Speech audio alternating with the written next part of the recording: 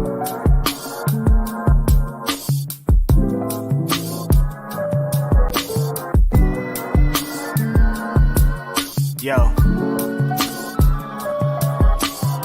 It's Grapsody with Will, Phil, and Reg, trying to keep it real instead of what you usually get from these talking heads. It's Grapsody, we're here to fill the void. 3 black fans, different perspective, got to fill your voice. Coming with the podcast, talking majors, indies in between. Yeah, it's all that, and we're down with Fightful, better fall back. Coming for respect, we connect like a ball bat. No need to double check, these are all facts. You're listening to us talk raps.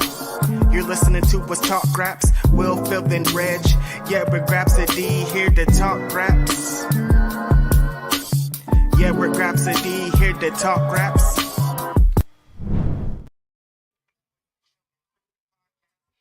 I forgot that I'm not in front of the split screen, so I forgot I have to manually cut the graphic off. We are here. Yep. I hope you guys can hear us well. Trying to set up. Let us know if the volume needs to be adjusted or one of us needs to get closer to the mic. But you know what it is. It's Grapsody. I'm Phil Lindsey. Righteous Reg is in the building. What's going on, bro?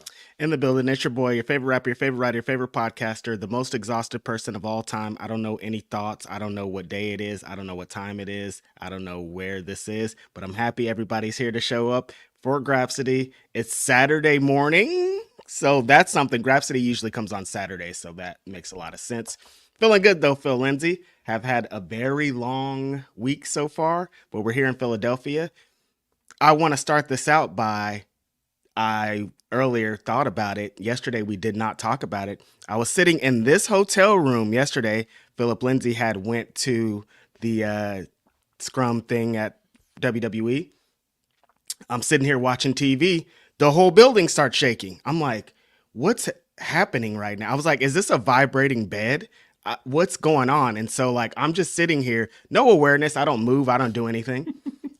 So I'm like, whoa, it was long though, like for like a minute straight. It's just going on. I'm like, what's happening here? So I get on the internet. First thing you do if you want to check out if there's an earthquake.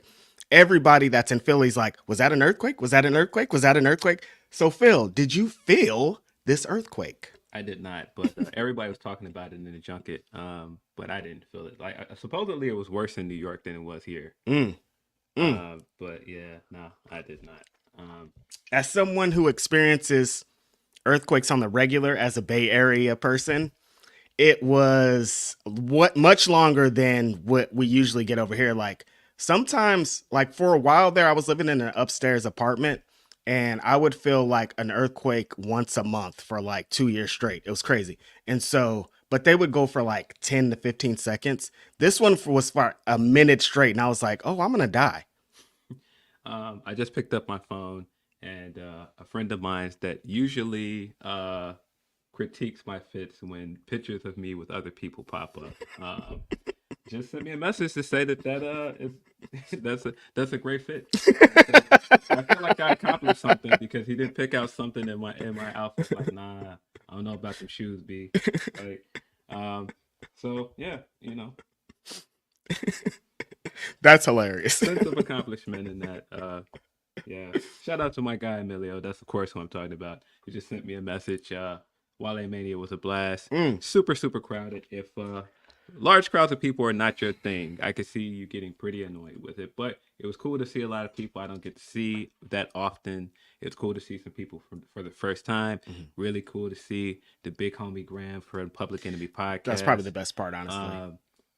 That's my guy. It's really cool. 1A and 1B is Cresta, of course. Shout out to the queen of Grapsody, was in the building. Tall shoes, looking great. I love my friend. I have to find her today. Yeah, Cresta was in the building. It's cool to see Cresta. I see Iridian. Less than people think because we live in the same city. Right. I do see her. It's cool to see her. I saw a bunch of other people. Low from the Wrestling Wind Down. The big homies from the Black Guy Wrestling Podcast. All the homies are outside. I seen the bruh Chris from Reasonable Wrestling Podcast. A bunch of people I just don't see. Legend in this space, Andreas Hales, man.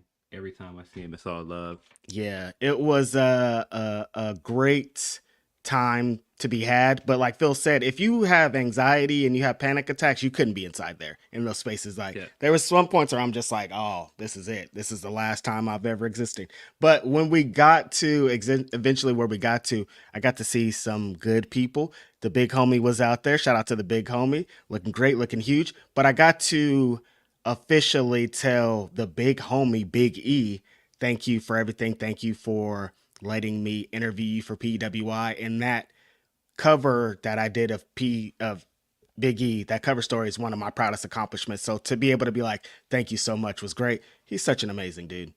Yeah, it's really cool to just be in the building for so many things like this. I've been to Wale Mania in cities before. This was the first time like this felt like a Philly show. It didn't just feel like Wale Mania. It felt like Wale Mania in Philly. Like when Beans got up there and did some of the verses. Like I feel like at this point, what we do is the national anthem for Philadelphia. Facts.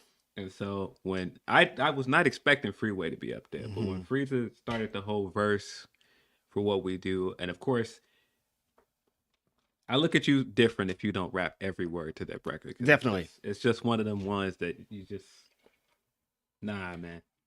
I might, if I was compiling a list, I might put that in a top 20 hip hop song of all time. One of the greatest rap records of all time. Definitely. In my opinion. Like definitely. There's not a time that this came on and I did not rap all the records. Like the production, the raps, Hove goes, oh my God, he leaves the earth. Like that just is such an insane track. People from Philly are thinking about it. We're probably like Dreams and Nightmares. Those two songs, Dreams and Nightmares, and What We Do, Philly competition for the GOAT. But it's felt really great. I mean, speaking of being up there, man, there was a lot of people on that stage. Yeah, it was wild in there. That's one like it was packed to the gills in there. If that's not your thing, being shoulder to shoulder with people, then yeah, probably not. But shout out to everybody that I saw. Shout out to people that stopped me to say hello. Shout out to, as usual, when I'm out at certain things, people stopping me to let me know how much they love the show. Really appreciate you guys. If you did see me from afar, I was like, hey, that's Phil, and did want to say hello. Appreciate you as always. You don't have to all step up and say hello if you want, but I'm never going to be like, nah, get away from me. Like, I'm never going to be like, I don't want to talk to you. Like, if you listen to this show, we really appreciate the support. Totally. We are here for a couple more days, and wrestling fans are still around. If you see us, don't hesitate to say what's up. We are just regular ass dudes, legit. So yeah, shout out to everyone that showed love. It still feels like the first time when someone's like, I watch your podcast and it does this for me. It just warms me every time. Like it never gets old, honestly. It's like so cool. So shout out to all y'all for supporting. Yeah, Philadelphia has been fun. I saw we went to the Stardom show at the world famous ECW arena. Wow, I've been a wrestling fan for a long time. ECW young boy. That place, my friend Alex and I used to make this joke about Swanson and Rittner. That's where it's at. And I was on Swanson and Rittner in there. And at one point after the show, we're backstage, somehow. And RVD comes in and I'm like, the ECW arena and RVD's here. It's like, there's some moments, Phil, where I'm like, what is this? And that was one of those moments.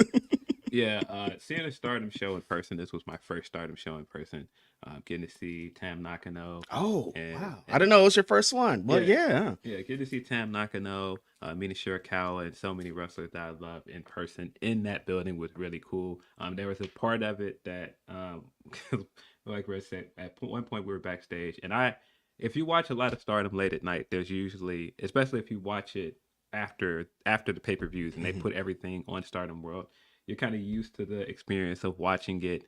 And before the match, they have like the backstage setup with the step and repeat where the women do their promo and then it does the match. And then you have the promo again afterwards. So when we're standing backstage and I was like watching some of the women film, I was like, this is weird. It's almost like being like in a Truman Show or something. Like something you've watched so many times, you're in it at this point. Yeah, I was like standing across the room for it. It's like, it was weird.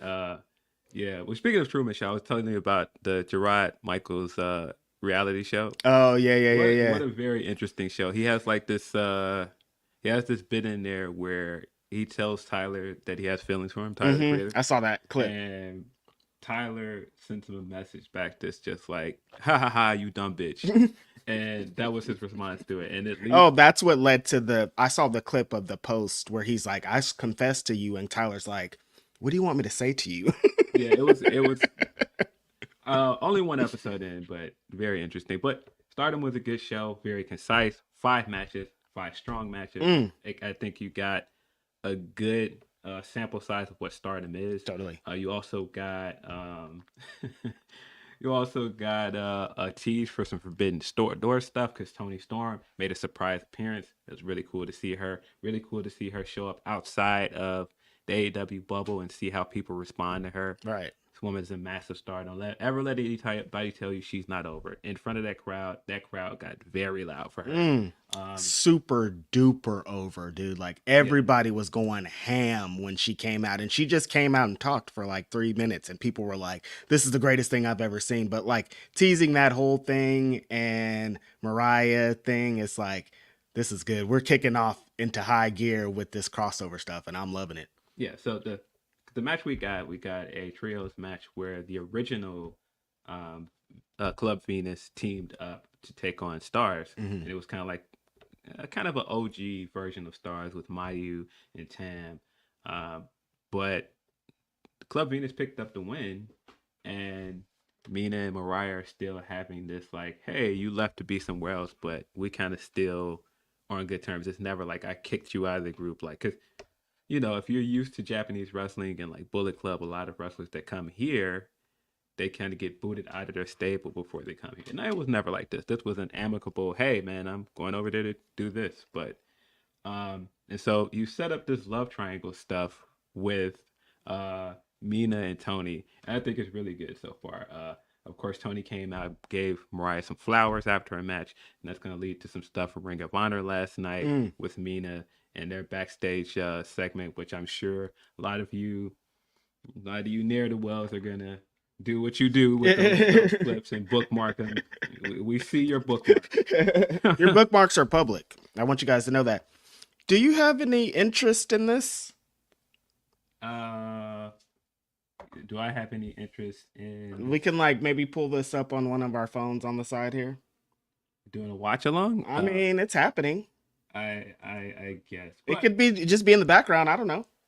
What Reg is talking about. We have super chats, of course. If you want to send us your super chats, send those to us. If you want to send us your humper chats, humperchats.com/Fightful is the way to go. I think we got one from Grapple Geekery. Says, here's the Reg's reaction to Joe's Diddy line. That was my reaction. What a great line. I was really surprised that he got away with that. I know. But man, what a great line. Do you think that's Joe saying, "Can I say this?" or Joe off the cuff? Can I kick it? Because I can't imagine him being like, "Hey, I'm gonna be like Diddy line," or maybe I don't know. Yeah, I don't know. But what a great line. What a savage Joe line. He's really good at those. We got one from Vance Wimblade. He says, "What are you guys doing? It's Big Gay Brunch o'clock. Collective greater than Mania." I've been walking around Philly a lot. I've seen a lot of wrestling so far. I think I can take a break from wrestling to record this podcast for you guys. Yeah, that's it. We're just trying to give it up to our supporters. But you should be checking out Big Gay Brunch. You should be checking out NXT. You should be checking out Breakfast.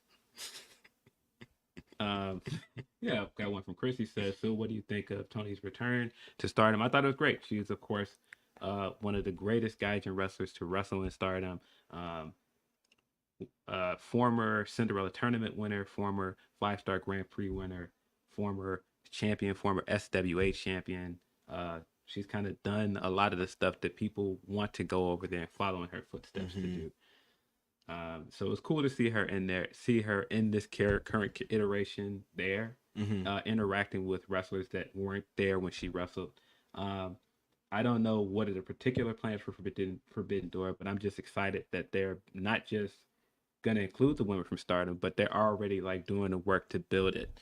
And I feel like look, we've only got like 2 shows out of this weekend, and we already have a pretty good build to it. Definitely. And it feels like every time a woman describes going to Japan and getting into a Stardom thing, they always say the way that Tony Storm did it. So it like really fitting that she's gonna represent this side because like she is a legend in that sense. Yeah. Let's see. Got one from Coffee Black. Says, shout out to the fellas. Give me blood for Shayna in WWE. Bro, I love Shayna. I think Shayna is extremely talented. I think she's actually underrated. I didn't watch the Bloodsport match yet, but I just want the closest thing to NXT Shayna on the main roster, and we just for some reason they just won't give us that. You know, Phil, I have this at home. I have this channel. It's the WWE channel, and it shows. I think it's like the feed of like in the UK or something, and it's just like it shows like most of it is just best of WWE compilations, and one was best of Shayna Baszler in WWE, and it was most of her NXT run, and I was like, this is so good. Like, what? How did the plot get lost? Like underrated is exactly what she is. Like you guys have her back there, you could be utilizing her everything you wanted this other person to be her friend. She is that. She has all those qualities, but you guys are like, we need her friend so bad. But it's like every like the execution, the MMA stuff, the strikes, like Shayna does all that way better than other people, so I don't understand. Yeah, yeah, I'm a big fan of Shayna. I would love to see her do more things like Bloodsport as well. Hopefully, this is a sign that they'll allow her to do that. Yeah, they had Regal's son was out there too, I saw. Yeah, yeah, I didn't see Bloodsport, but I did see the clips of his entrance. Mm-hmm. Got one from Shanika. She says, "Just dropping some love. Hope y'all are having a blast this weekend. We are. I forgot we got to see a guy that used to be on this podcast. Spent quite a bit of time with him the first 2 days in We Philly. did. Um, I think he's at home now. I think he's probably gone, but uh, somebody at one point was like, "Is this like a reunion?" And every time we're together, sometimes I feel like our conversations are just so. If there was like a hidden camera somewhere, man, Woo. I feel like there would be a lot of content out of that. There would be 5,000 hours at this point if there was a hidden cam that captures the conversations that we have every time that we get together. It's just three brothers, honestly. It feels like sometimes I'm just sitting on, you know, the Grapsody lore fans, the times when Phil and Will would be having their heated debates. They happen in real life too. It's great. I love it. It's amazing. But shout out to our homie. A really, really funny guy, honestly, Will Washington. Very funny. Um, got one from Tyrone Kid. He says, "I'll take my victory lap for the big three of WWE. LOL." I'm assuming you're talking about Jade, Bianca, and Naomi. Taking your victory lap for that promo?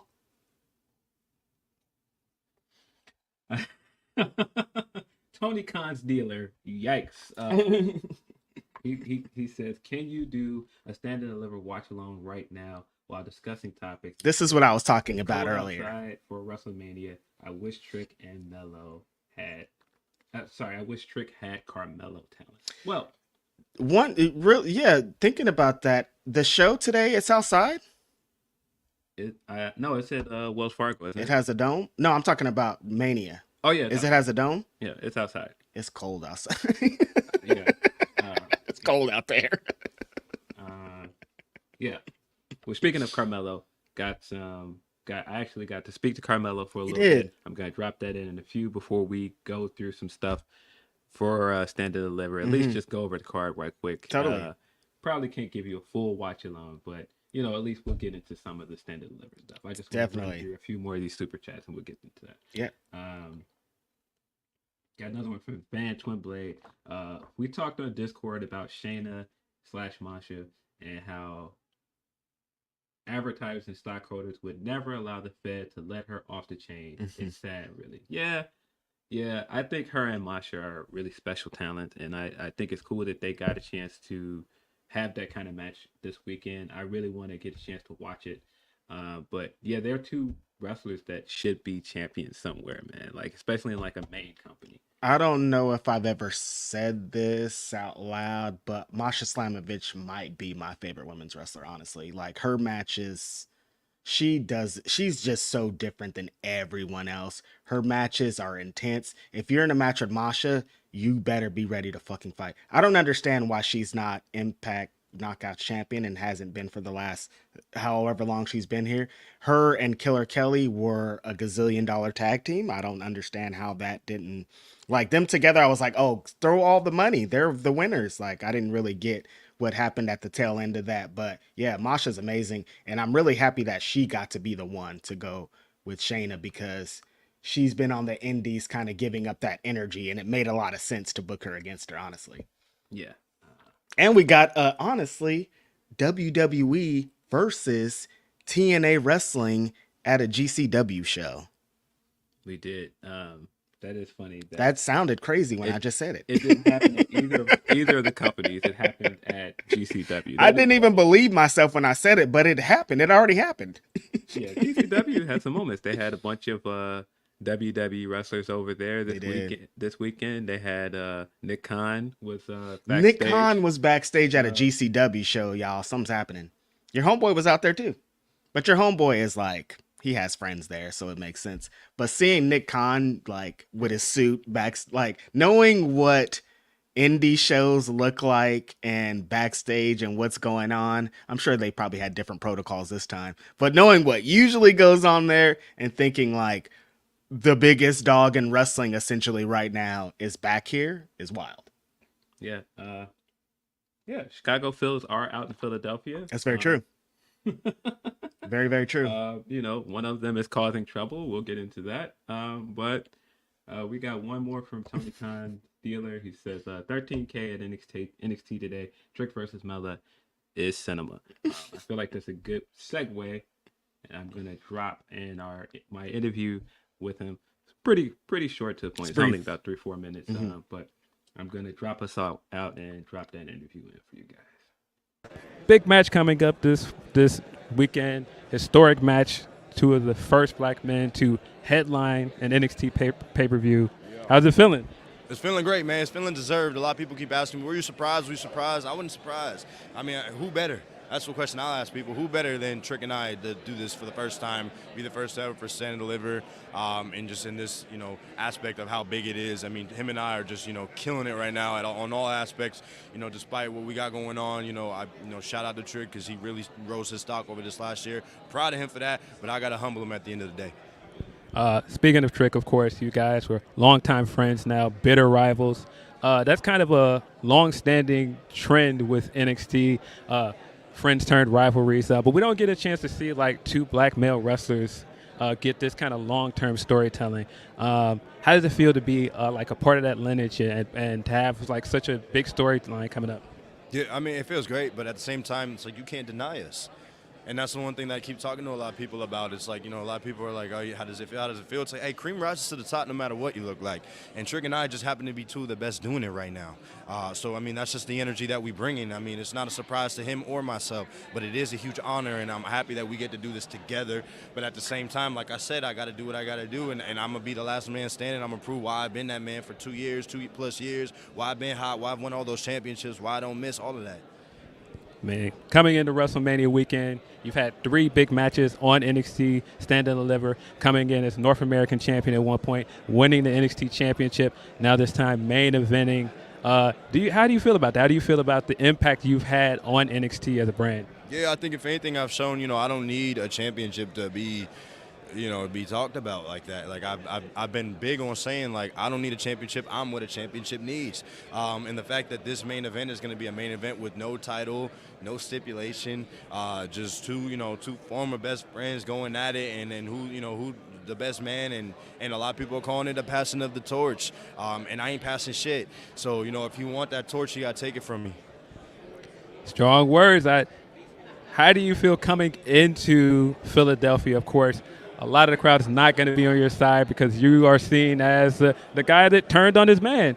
But also, this is Philadelphia. This is a home crowd for Trick Williams. Man, you know what? Truthfully, I don't really care nothing about no crowd, worrying about me, if they like me, if they don't like me. I'm there to do what I'm there to do, bro. You don't get this far being so concerned and so caught up with what everybody think, right or wrong. You know what I'm saying? So I think that's going to be Trick's downfall. He ain't had it like that, so he's going to realize sooner or later, you know what I mean, they're going to be with him until they not. And how do you handle yourself when they not? When you can start, move the same way when they with you and when they not with you, that says a lot about who you are. So we're going to find out, they're going to be with him and everything. They're not going to be with me, but I still operate the same way one way or another. Definitely have the experience advantage coming into this weekend. Do you think that's enough to pull out the victory? Yeah, I mean, a lot of people asking me about winning or losing, and I don't know if it's even so much so about that for me where I want to, go in there, I'm going to win. I'm going to prove a point. You know what I mean? I'm gonna finesse this dude, man. I'm gonna show him that he's not in my league. There's levels to this thing, man. And no disrespect to Trick, but there's absolute levels to this thing. Yeah, appreciate you as always. Thank you for the opportunity. Good luck this weekend. Appreciate Listen, guys. Yo, Melo's face Listen, was guys. so funny at the end. I want to make sure that I left that part in just to show you guys just how great this moment was. We're doing the interview, and at one point, this noise is happening behind us, and me and Melo make eye contact, and like you can see it when our eyes make contact. It happens in the video. Y'all are like, what's happening? What was that? And then all of a sudden you can see off side of the frame, LA Knight and AJ Styles tumbling in and scuffling. Somebody tried to run across my shot, almost yanked my camera and my mic down. But man, really appreciate Melo for taking the time. We've seen Melo 3 years in a row when we come to these things. And the first year I came, we saw him as North American champion. That's why I wanted to make sure I asked him the question about just the trajectory from WrestleMania weekends every year, because we've been here to see it. And so to see him walking around as North American champion 1 year at For the Culture, and I was like, bro, I'm ready for you to win that big belt. And then the next year, he won that big belt, lost the belt, and we come back next year, and he's still main eventing. And to this point, I don't need a belt to main event. That's his impact on the brand. That's how he's really been doing. Really happy for him. Really proud of what he's done. I think what him and Trick are doing is great. You guys don't really understand how much I've had with, at the time, Christian Casanova. I interviewed this guy. He was one of the hottest indie stars in the world. Just like exactly what you see now out of Carmelo is what he was back then as Christian Casanova. And I remember he got to the point of, where am I going? And it was like, I could go over here to, he had options legit. And it was like, I remember having a conversation with him and him being like, one of the important things, I don't even know if he's discussed this, I'm probably sure he has, but he's like, one of the important things is they'll pay for my schooling if I go. Like, it's like a combination of, I'm going to get to live out my dream, but also I'm going to have a backup plan. And that was a big kind of perk and the thing that helped him sign over there. And so I knew that he would be amazing, and because, he just is that guy. But to see the trajectory that he's had, and I was telling you when you played that video that it's fitting that it's on this pod, because like you said, every year he's leveled up, and every year we've kind of been around him to be like, you're the GOAT. We hope that you succeed and be amazing. And so it's been great. He's about to main event here in a few hours in front of 13,000 with someone that he's helped bring up and Trick is on another level and is on his way to being a huge superstar too. So this is awesome, man. I love it. I love the energy that they brought. They had a little stare down at Wale Mania. It's like, I love this. Beautiful. Two black men main eventing a show. That's just rare. So cool. I guess quick rundown of this card before we move on. Shawn Spears versus Joe Gacy was on the pre-show. It's not a matchup I thought we would see a few months ago, but here we are. Not a matchup I would want to see. We've also got the tag titles on the line. Baron Corbin and Braun Breaker will be defending their belts against Nathan Frazier and Axiom. Let's go. Nate and Axe. big fan of Nathan Frazier, man. I think that kid is gonna be a huge star. He's just so good. You would be a fan of Nathan Frazier. I mean, I liked him before he came over. I liked him when he was still. You're doing gonna indie like stuff. him forever. He was trained at the Black and Blue Academy by one Seth Rollins. But I mean, even beyond that, like I think like when he showed up for at AEW for a cup of coffee and he had the match with Scorpio, big fan of that match. Big fan of his indie run. I really like that kid. Yeah, no, I'm totally giving you shit. He's dope. He's really dope. But he goes off. I'm excited about him and Axiom. I love his style. Like, you know me, I like Spot Fu, and he goes 100 miles per hour sometimes, and I'm all in. Yeah, I have to assume Corbin and Braun are probably dropping the belts. Yeah, because Braun is up there. Why is he still locked into this? I don't really get it. I said Braun's moving up. Yeah. I mean, for a second, what's Baron gonna do? I have no idea. Stay? I have no idea. That sounds crazy. We've got a 6-woman tag match. Thea Hale, Fallon Henley, and Kalani Jordan are taking on JC Jane, Kiana James, and Izzy Dame. I don't know some of those names. I was like, what are you saying right now? But hey, man, shout out to those. I had to look at it with my eyes, and I still don't know what you said. Shout out to those women. Obafemi is going to be defending his belt in the triple. They retain Brigov? What are they thinking? Why? Real time, huh? That prediction was wrong. That was very wrong. But we got Obafemi defending the North American Championship against Dijak and Josh Briggs. That should be a really good match. Probably one of the better matches out of that card. On this card, yeah. We got Lyra Valkyria taking on Roxanne Perez for the NXT Women's Championship. I have to assume that Roxanne is probably going to win here. I think Lyra's had a good run with the belt. I think she's had some big moments, whether it be the Becky match or some of the other stuff. But I just think you got to get off to the races. With Roxanne, I'm stuck because I think this is on her way to being the biggest baby face in the world. Mm-hmm. So they have her doing this heel thing, and it's like, I'm glad she's kind of flexing her muscles, but like I said, this is going to be the biggest baby face in the world. Shouldn't we just be off to eventually? I think it could help her build up some personality and some character for people that feel like she's lacking in those areas. And this is somebody that very much looks up to AJ Lee, and I could see like this being very beneficial for her. That's true. AJ did go to a different trajectory when she went heel, so yeah, that makes sense. We've got the NXT Championship match. Ilya Dragunov will be versus whom? Taking on Tony D'Angelo. I saw Tony D'Angelo walking around yesterday when I went to grab lunch. But I think Dragunov is clearly winning here. Why is Tony D'Angelo here? I mean, with the rest of that roster, I'm like, who else would be in this position at this point? Yeah, I feel like they got to rebuild the world title scene. But yeah, Dragunov's probably going to retain here. Do you think with the result of the main event, I'm assuming Trick goes over, do you think he gets another shot? Maybe. Maybe that's the story they're telling out of this. But yeah, I do think that Trick's going to win the main event. Mm-hmm. I do think Carmelo's going to end up losing it, putting him over on the way out. Of course. That's the way it should be, because Carmelo's moving up. He's on to bigger and brighter things. And I couldn't see Carmelo not wanting to. There can't be any other result than him giving it up for Trick. Like, for sure. How? You know? Yeah, that was kind of our easy peasy rundown of Stand and Deliver. If people are watching that and not watching this, they'll come back and get a nice interview beforehand, and they'll get us running down a card that they've already watched, and our predictions will be out of date. And if anything, the end of that clip just made my whole day. So Melo's face was so funny, man. He was just like, what is happening?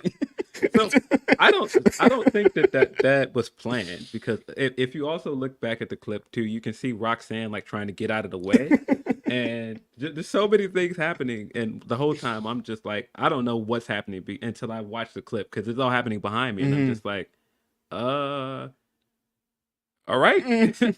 Luckily, I was wrapping up the interview when it started, because I would have been very annoyed if I had like just started the interview and all of this stuff is like happening and it's getting interrupted. Yeah, that process, I've talked to a few people that were out there, yourself included, at the media thing, and it seemed pretty hectic. And so when I was hearing things from you and Denise and a couple other people, Malcolm, shout out to Malcolm, and they're saying that it's kind of hectic and it's kind of crazy. And then I see this angle happen. I'm like, so there's a 1,000 media people out here trying to get interviews, and then they're doing an angle right in the middle of it. This is crazy. And so it sounds like how they were like bringing in people and bringing them out. Like Denise waited for Kevin Owens for an hour, and then she was 3 people to get to him, and they brought somebody else in. And I'm like, what was going on there? Yeah, it was hectic. I mean, and I think it's a difference between doing interviews how we usually do them, where I have a little bit more time to prepare, and we're doing it via StreamYard. Right. Like you didn't know going to that day like who you would get. Like you knew who was gonna be there, but you didn't know specifically who you were gonna interview. No, and so it's kind of like coming up with my questions as I go, and then like it's also just the difference of doing an in-person interview. And I've been wanting to do more in-person interviews, so it was a cool moment. I've been saying for the longest, I will get somebody from WWE on this podcast. I have gotten around to it. I did get somebody on this podcast. It was cool that Carmelo's one of those guys. We've talked to Carmelo. We've talked to Carmelo a few times when we come to these things, and he's been wanting to do the podcast. Mello is Grapsody. That's it. He's been wanting to do the podcast. So it was cool to get that interview with him. That was definitely one I wanted to make sure I got. Shout out again to those brothers for their accomplishments in their main event. A few more of our super chats. I think we got that one. So from Chris, he says, I feel like a shame that Athena is stuck on ROH. I don't think she's stuck there. I think she's eventually going to move up. Yeah, I didn't think going into last night that she was going to lose to Sheeta, so I didn't feel like, oh, they're doing this again. It just kind of feels like they're waiting still. I know you guys are probably going to be like, why are they still waiting? But they're waiting for the right time to really introduce her to the main roster. They're still telling the story with Billy that they're not done with. Exactly. And so I don't think it's a matter of she's stuck there. I just think it's certain stuff that they're like trying to line up and wrap up, because there's still not anyone that I see that is definitively the person that takes her place as champion. No, when she's gone. I can't. Like I was thinking about, I think I talked about it on the ROH post show with Kate of who's in line, and there's like nobody that if they did a surprise thing tomorrow that would make too much sense. Nobody's been built up to that position besides the person who won the belt last night, or her opponent, I guess, would also fit that. From Chaos Control, he says Paul Heyman's Hall of Fame speech last night, chef kiss. We of course did not watch it because we were at Supercard of Honor, but really cool to see him get that nod here in Philadelphia. What Philadelphia means to ECW, what it's meant to his career. You couldn't have got a better moment to give him the Hall of Fame. If you know Barely Legal lore, ECW, the first pay-per-view they ever put on, there's a very famous speech of Paul Heyman rallying the locker room before the big show, and I was backstage and I saw that place where he did it, and I was just like, this is great. As he's about to be inducted into the Hall of Fame, well deserved. Like I said, ECW young boy, I've watched so much of this man's content that it's ridiculous, and they've stolen from him. They're still to this day stealing ideas that he came up with in 1996. So well deserved. In Philadelphia, it makes the most sense. One more time. Stealing. That I watch The Wash more than I'm willing to admit. It's such a bad movie, but there's so many things. It's so good though. And that's one of the lines I quote that line constantly. One more time. Stealing. That's for some reason I always quote. You trying to get some sleep, better go down to the motherfucking Snooty Fox. This is a motherfucking spot. So many lines from it. What are you, car wash detective? Like, what? You need to be focused on getting my chips with dip because you're delinquent. See, we got one from Nigreen. She says, Grapsody outside all over WrestleMania weekend. Keep doing your thing, fellas. Appreciate you. Yeah, we've, of course, been pretty outside. I was out at WrestleCon yesterday. Saw a bunch of fans, bunch of friends, bunch of people. Super fun stuff. Then, we just been roaming the streets. I have not, Philadelphia people, I'm sorry, eaten a Philly cheesesteak. No, me neither. Yeah, probably should do that. Got one from Brigade. Says, glad to see y'all enjoying the hell out of Philly and wrestling event. Took a day from work to watch Mania. It starts at 4 a.m. for me. Wow. See, you guys, I respect everybody like Brigade that has to do things like this. When that I couldn't even get through the Elimination Chamber show, and I think it started at 1 a.m. Western Pacific time. And every time Wrestle Kingdom happens, I'm like, I can't do this. And people do this for every pay-per-view sometimes, Phil. And I'm like, 2 of them in a year, I could never. So shout out to y'all who have to do that. Yeah. Got another one from Tony's Dealer. Brandy was mad last night. Cody cheating. I have no idea what this is reference to, sir. Maybe like cheating in the match tomorrow. I don't know what's going on here. Humper Chats. If you want to send us your Humper Chats, humperchats.com/Fightful. We're gonna get into some of those. Humper Chats. There's a lot. Wait, no, this is split. Of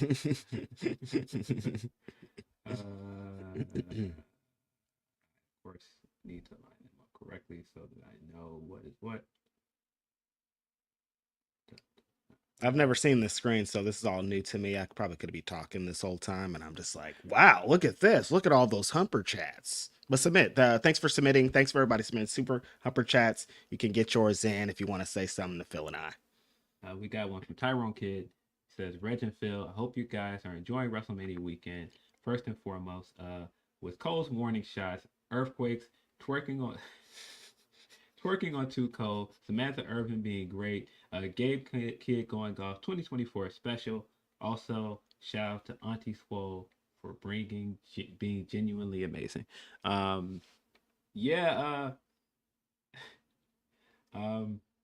twerking thing I did not see, but I'll take your word for it. Samantha is fantastic. She was on the Wale Mania stage playing flute, singing, multi-talented. But we did get a Cole record. We didn't talk about this. We did get a Cole record. We usually start our pods with hip hop talk. It's very interesting that we haven't got into it yet. I did not expect to get a Cole record. Funny enough, where we were when the Cole record dropped, we were standing next to each other in Wale Mania.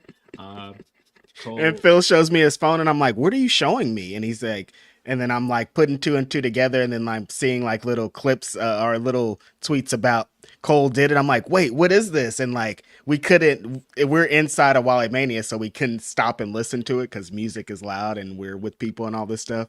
But yeah, it dropped, and we were like, yo, we need to hear this. And they started playing it a little bit, I think, at the end, but you couldn't really get into it.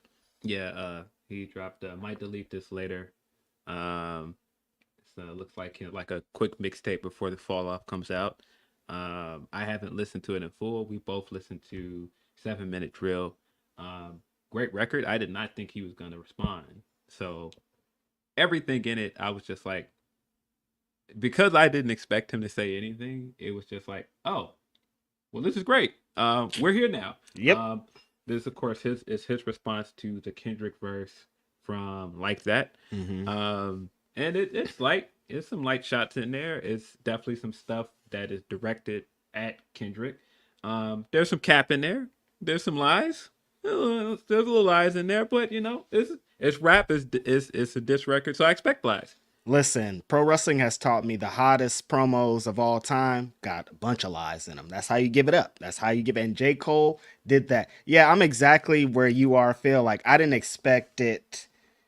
I expected it from Cole, but maybe not so soon. And just that it's anything, I'm like, yeah, perfect. That's all I really like. Even though it's light, I'm like, it's something. He got in the booth. We've been telling the other dude to get in the booth, and he is doing Instagram captions. So he's still on tour. One person got in the booth, and he did it, and we're having fun. We're off to the races. I think that's the most important thing. And it's all in light fun. I've seen a bunch of think pieces already, and people being like, blah, blah, blah, blah, blah. These two people are in an intense competition to legit be the best rapper in the world. And if another guy says that he is, I'm going to take him out of this. So it's great. Yeah. I thought it was good. I thought it was a good record.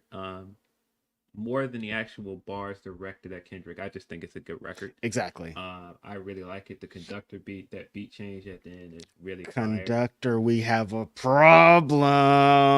Yeah, I just haven't really had time to fully digest it though. That's why I can't really get into it. I need to, you know me, you guys, I'm hip hop. I need to sit down and be like, every bar. I need to listen to it 1,000 times. I listened that when Like That came out that night. I listened to it 50 times straight. Heard that outside. We've heard that outside. A lot. They played it at WrestleMania at minimum 7 times. Yeah. So, but I mean, like I said, there's some cap in there. When he tried to flip the whole kind of quality for quantity line, all right. I'm just like, yeah, Hov could drop that because Nas really did have 2 good albums out of his discography at that time. You can't really do that with somebody like Kendrick who doesn't have a bad album. Yeah. And he has 2 certified classic albums. And then he said one was boring. Like, all right. Yeah, his attempt to break them down and saying this one's boring, this one's that, this one's overrated. I was like, nah. There's some cap in there. To Pimp a Butterfly is absolutely not overrated. No. I'm not trying to hear that. And that's like, J. Cole, you're being a hypocrite, dude. Like your whole career, all I've ever heard when I say I like J. Cole, the response from whoever I'm talking to is he's boring. I don't want to listen to him. So how are you to come and say someone's boring? That doesn't even make sense. But again, this is what we do.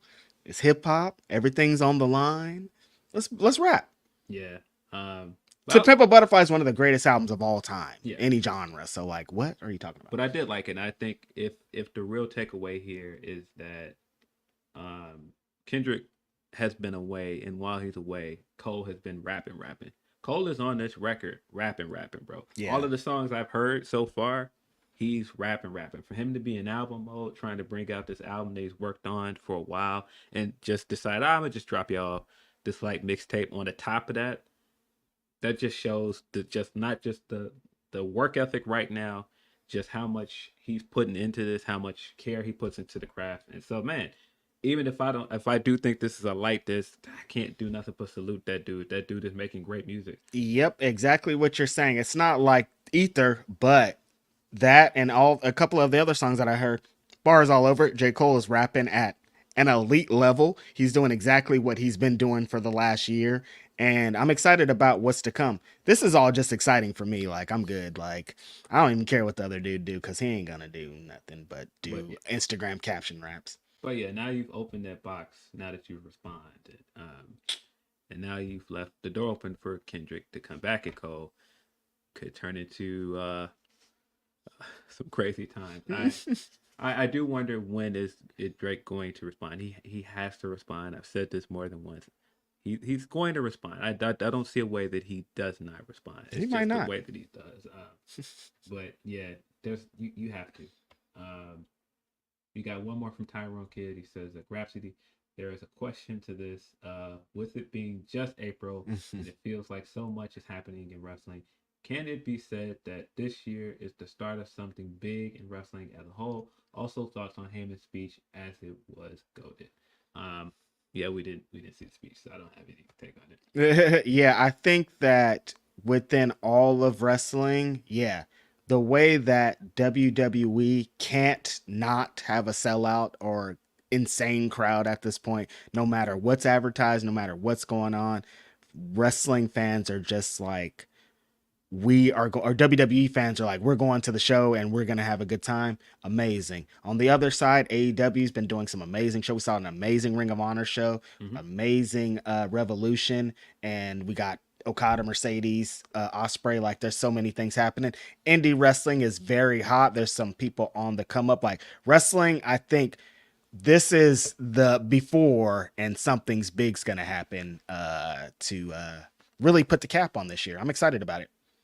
Yeah, I think just where we are in wrestling, the fact that WWE is so hot, and then you've got something happening like a WWE wrestler going and wrestling at Bloodsport of all places. Yeah. It just feels again, like, you said it and I didn't believe it. Like, that's how crazy it is. It just feels like we're at a point right now where anything could happen, and there's so much great wrestling out there.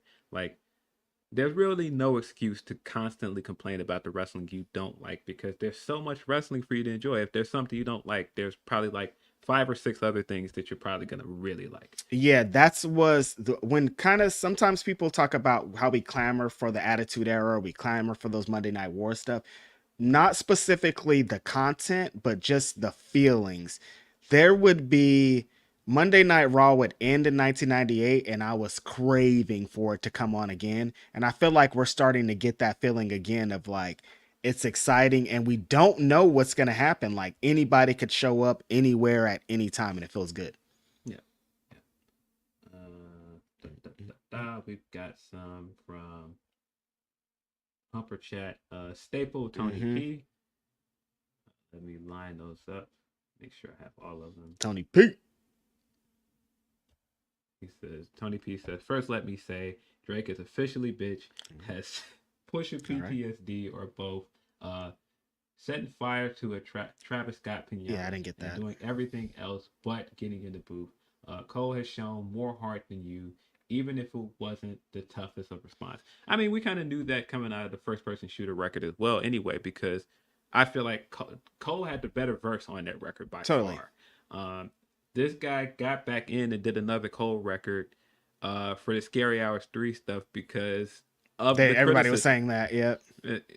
And I mean, don't get me wrong, Drake's verse is better on that record, but no, Cole came in there like, I'm not playing with you. You're saying we're 1A and 1B. Like, yeah, I'm with you. Big 3, rah, rah, rah. But I'm about to eat your lunch. I think Cole on the second one was like, I'm gonna let you have this because I don't want to have to keep rapping with your ass.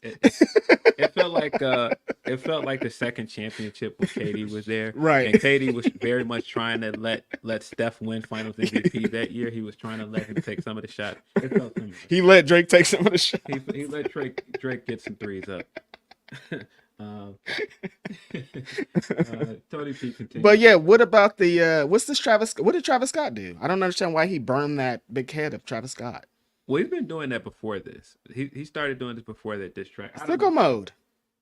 Well. Oh, sickle. Okay. Well, I mean, there's some commingling of Yeah. I guess that makes sense. He is family. All right. Okay. Yeah. More from Tony P. He says, if I were Cole and Aubrey ain't got his ass in a booth in another week, I would be petty. Join Ken and frying of him and getting me for getting me in this beef. Speaking of petty, my winner is Triple H for his shot at Will. Ospreay. Okay. He was pissed he didn't get him. Who's yours? Nah, Cole doing a diss song, but then hitting when Finn Balor hit Johnny Gargano in NXT and hitting Drake instead when we think he's gonna Drake. Really that would be the funniest shit I ever heard. I mean, Petty of the Week goes to one man that went and did an interview this week. Oh yeah, no, there's number one. He's number one. Number one. Tony P also says Ariel was really on his Mark Phillips gold medal winning instigating.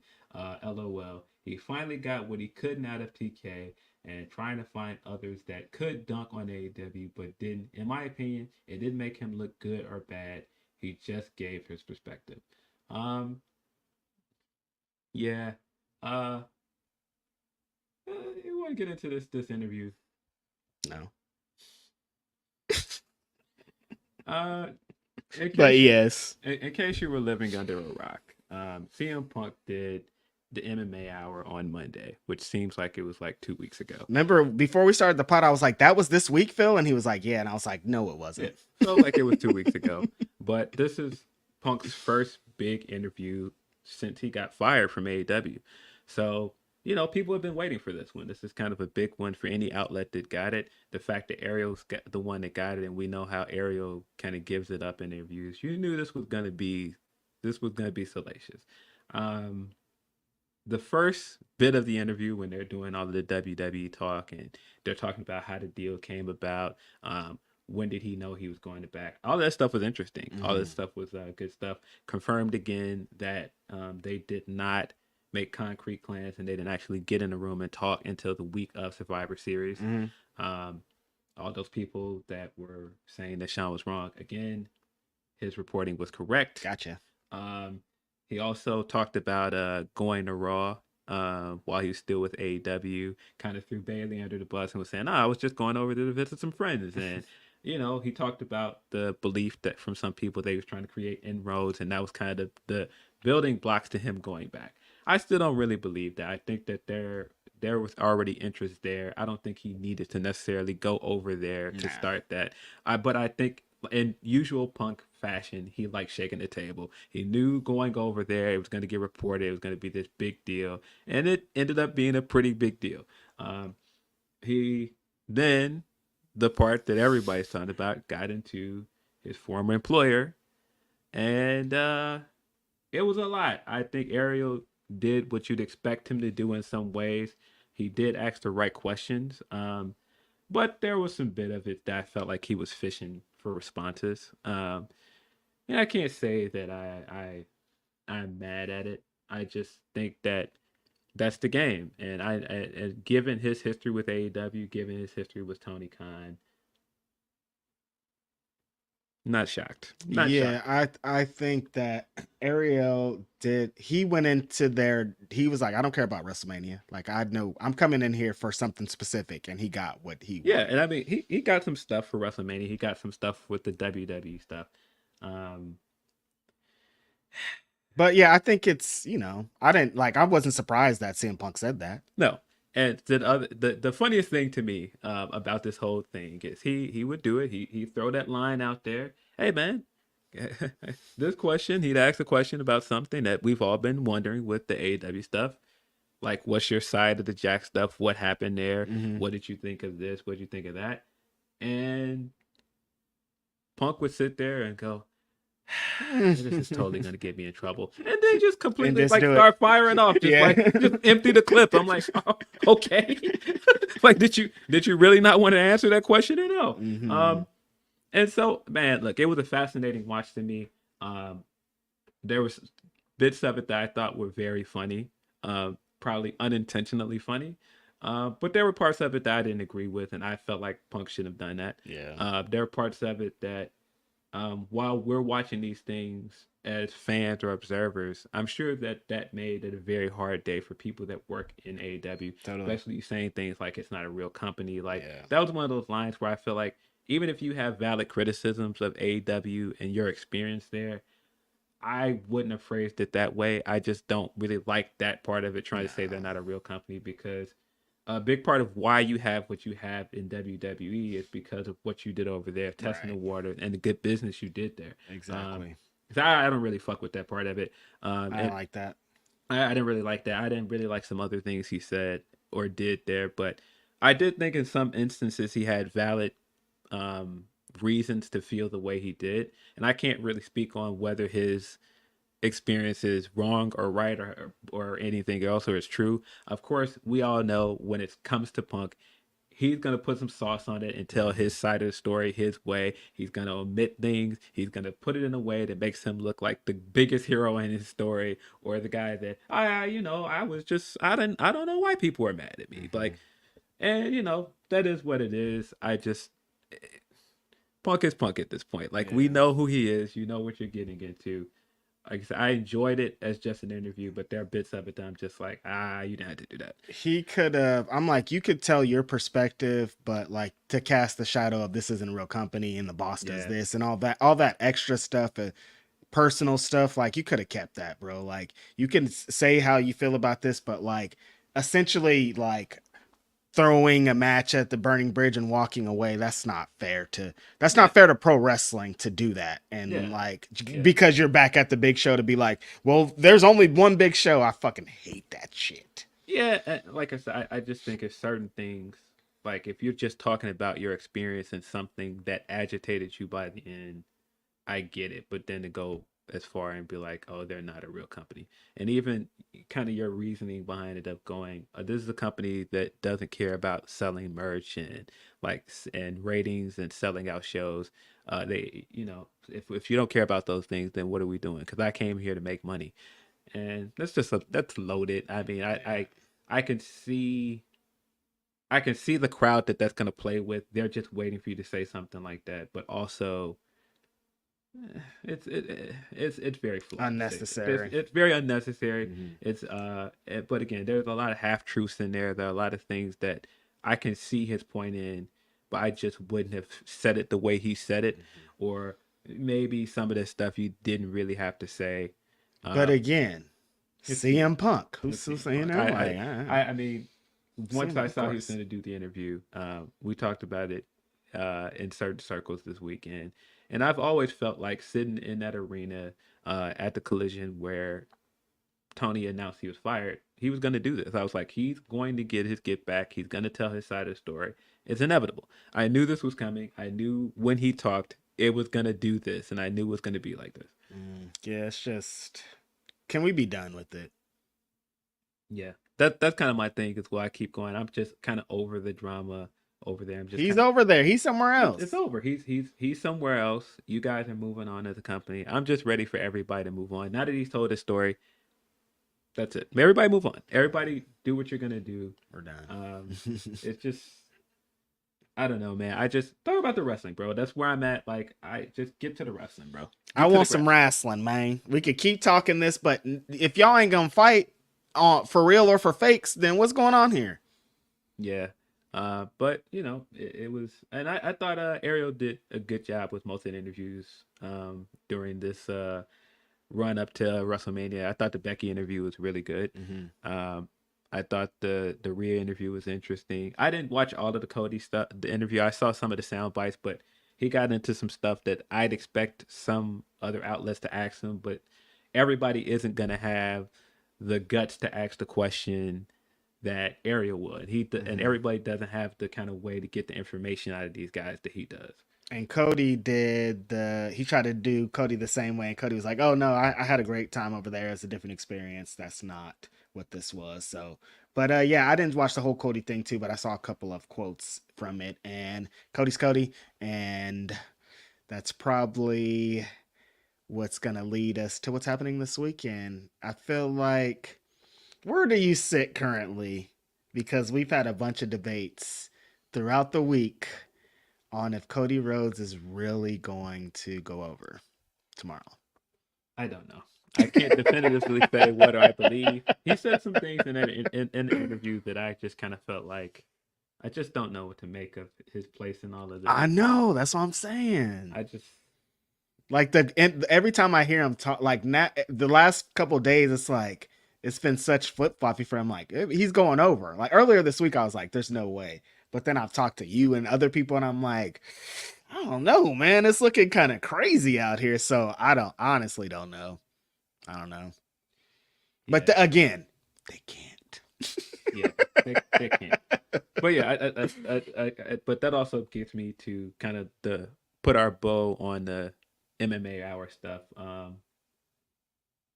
A lot of people that are not in the business take this stuff way too seriously. Now, I understand why people that work there would be upset with him. I understand why that caused a hard day for a lot of people over there. But that's their business. It's a lot of people in this that take this too serious, because at the end of the day, it's wrestling. People are going to do these kind of things, shoot on each other. We've seen years of this. We talked about it when I was like, man, when X-Pac left WCW, he went straight to the other company and buried them guys right away. Immediately. The first words out of his mouth were burying Hogan and Eric Bischoff. So did not hesitate. Yeah. So, you know, some of this, I'm just like, it's wrestling. Like, I don't think anything Punk said in that interview was gospel. It's his thoughts. It's his perspective. I don't think that means, all right, well, it's over for these guys. The jig's up. Like, I'm not really reading it that way. That just wasn't how I felt watching it. I was just watching it for the entertainment value of it, really, like to just see what he was going to say, to see what Ariel was going to ask him, see what he could actually talk about. But other than that, I'm not still a big AEW fan. I'm not really rolling with some of the stuff he says. I still enjoy him as a wrestler and as a personality. But yeah, I guess that's kind of like on the Cody thing where he was saying, yeah, I love the Young Bucks and I love Punk. So I don't know how that can work, but I do it. That's kind of where I am right now. Like, hey, really like AEW. I've been a fan since day one. I was at All In. I've been following a lot of these wrestlers before AEW was a thing, and so no, I still fuck with the company heavy. Still, I'm a Punk fan, but it's just like, can we guys just move on and just like stop this now? Like, cut it out. Yeah. Hop into some more Humper chats before we move on. One last one from Tony P. He says, even if I don't believe all of it, it's his view. It's clear, though, that he expected a tight business model very similar to WWE that he can work in without the politics, along with an old philosophy of selling wrestling similar to WWE. That is the part I forgot about in the interview.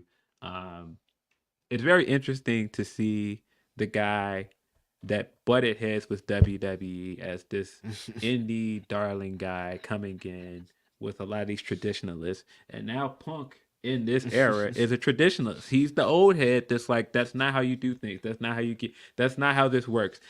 When he said the thing about guaranteed money, I was like, boy, do I not agree with you? And not just that I not agree with you. That's something I would have never expected him to say 8 years ago. Right. And I understand why he said it. I get what specifically he's shooting at.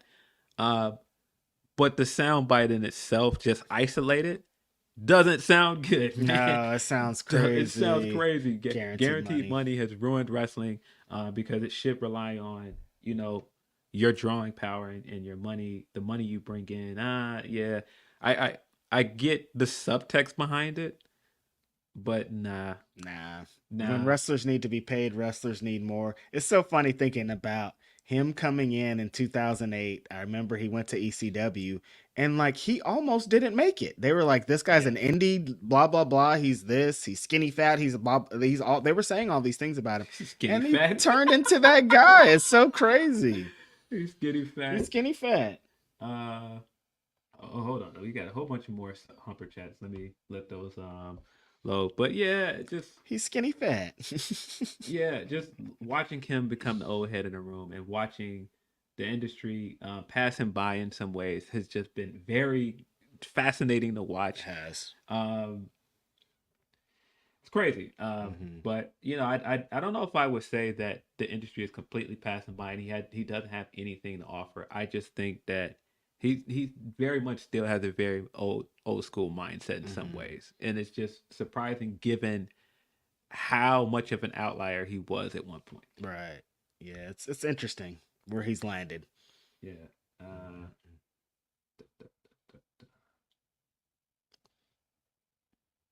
Oh, I missed a bunch of Tony P ones. That's why I was confused. But I was like, I thought I read that.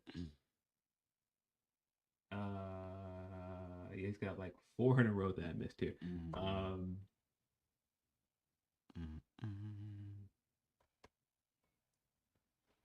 Down more, I think. Yes, I'm trying to make sure that I'm not skipping one. Yeah, this is the last one, I think. Yeah, that was the last one. So, Tony P says a possible reason for the not a real business line by him, like the process of him getting his arm fixed. Brian Alvarez gave a good detailed explanation of the difference and the process. AEW lets you choose how you rehab, pick your doctors, etc., and then pay. He showed that he still thought about making money with the gate, part of an old school metric to show success of a wrestling business, and how he possibly hasn't seen how much media rights have changed thanks to WWE, who don't even need to do house shows. We ever heard that before? Who was saying, do we still need house shows? People got a little upset with him. Overall, it just gave deeper insight on how he sees the business. Honestly, I think pre-WWE, Punk would have loved AEW. This Punk fits WWE, even if he fits more on screen in AEW. For real, I kind of think 2 versions of himself would hate each other. Yeah. Probably. He goes, for real, all this really For real, I thought all this really did was kicked off more shit that was not needed to be heard anymore. Also, as bad as things looked for AEW at the start of the week, someone said at best WWE's been giving free publicity all week. Ironic, LOL. Other than that, so much wrestling. Women and black folks been shining like the sun this week. It's beautiful. Also love the theme that a lot of promotions this week seem to be geared towards finishing stories. Yeah, that's great. I do want to touch on your point about what he said about the difference in the injury process, because I noticed that right away. The first time Punk got injured when he broke his foot, he was gone for months, and we didn't see him much. And then when he came back, he was all upset and stewing. That led to the promo where he shot at Hangman and some of the other stuff. And a lot of people were like, that was kind of the catalyst of things kind of going sideways with AEW, because before that, everything was going really well. He got hurt and he came back and things changed. I have noticed that the way WWE has handled his injury is just very different. He's still very present. They're still showing you all of the recovery process stuff. It's just been very, very different. And I don't think it's a negative. It's just interesting based on the story behind Punk leaving before and the misdiagnosing of the staph infection, all of the stuff that he said about the medical staff there. The doctor that was a part of the lawsuit and everything is still with the company, bro. Like, that's still one of the craziest things about him being back there, is that doctor is still with the company. And so it is wild to think about how at that time we thought, like, man, they handled that situation so poorly with his medical situation. And now when you look at how they're handling this situation with his arm, it's wild. It's wild to think about that they're handling it better. But they are. Their injury processes are just different, and just kind of the way that AEW runs their business is like, if you're injured, we're gonna keep you at home and off TV. Like, we'll shoot some vignettes and we'll shoot some pre-tapes and stuff, but for the most part, it's like out of sight, out of mind until you're back and ready to go. WWE in a lot of cases will do, like, he was injured while he was there previously, and they would still have him doing commentary. They would still have him very present, and they just handle things differently. Yeah, I think we've also seen with this that Punk is a guy that has the old school mentality. Like, if I can show up to work, I'll show up to work. If I can be present or be a part of the product in any way, I'm gonna be there. And but that's why I think the conversation about guaranteed money is loaded in some way. There's some slick stuff behind it that he's saying that I think people missed. Totally. Because I think he's looking at it like, if you're making that kind of money, then you need to do the rounds. You need to do all of the stuff that you usually had to do to be a top star. You're getting paid top star money, but you don't have to do all of the responsibilities of a top star, which I don't fully agree with, but I also understand the mentality of where that comes from. Yeah. That is all from Tony P. Appreciate you as always, Tony. We've got one from Handler's Razor. Can't catch it live because of Effie's Big Gay Brunch. First Mania weekend rule. Thanks for putting me on to more indie wrestling. Fucked up, too cold for Scorpio. Can do what he does at 58. Absolute legend. Insane. And I hurt myself getting out of bed. Word. No, sometimes you wake up in the morning and everything cracks and you're just like, yo, what am I doing with my life? But yeah, shout out to everybody who's seen some great indie wrestling, and you know how I feel about indie wrestling. Hopefully everybody's having a great time out there. I'm sure they are. Yeah. I'm sure Reg is gonna like this Humper chat. From One Sweet Chris, he says, after that match with Billy Gunn, maybe Jay White should have signed with the Fed. Shaking my head. Is that what we're doing? I still haven't seen that entire match with Billy Gunn, but the jokes about it and everything we've heard makes me not want to watch it. I don't know what happened, but Jay White don't deserve this. That's it. But no, the counter to that isn't, well, he should be in the Fed though. That's crazy. Apparently, breaking news: NXT just announced that there will be a women's North American Championship. What? That's cool. That's dope. That is cool. That's kind of the same thing as the Ring of Honor Television Championship. More like stuff like that, like a secondary belt for women. I think that's great. Very good idea. Got one more from Tony P. Says Maki and Matt finished their story by having their dream matches. Mark doing it for Jay, Billy making her new mom proud, Stardom showing out, Julia and her manager. Oops. I mean, Rossi finally achieving their goal. Mostly pluses, few negatives. Yeah, I continue to think it's funny that as soon as Rossi was gone, like all of this stuff is happening with AEW and Stardom. As soon as he was out the door and Mercedes was over there, Mina's hanging out everywhere. Like, hey man, hey, is it cool to jump in this pool? Water's cool. Like, did you see the story that dropped a little bit ago about Julia? I did. Apparently, she was backstage. We know that Rossi was there because Rossi was present for Bull Nakano's Hall of Fame induction. But yeah, there was that story coming into the weekend about Julia coming back here. She got caught at the airport, and I forgot what she said, where she said she was going. But you know, once it became apparent she was probably coming to America, you know, people put dots together that she probably would be in Philly. From Black Phoenix Brand, he says, "Happy Mania, fellas. Saw you guys at Wale Mania, my first, but I think you left before I could say something. Reg, why you bring that earthquake work? Why you bring that earthquake with you to the East Coast? LOL. What are you guys looking forward to the most tonight and tomorrow?" A tag match for me.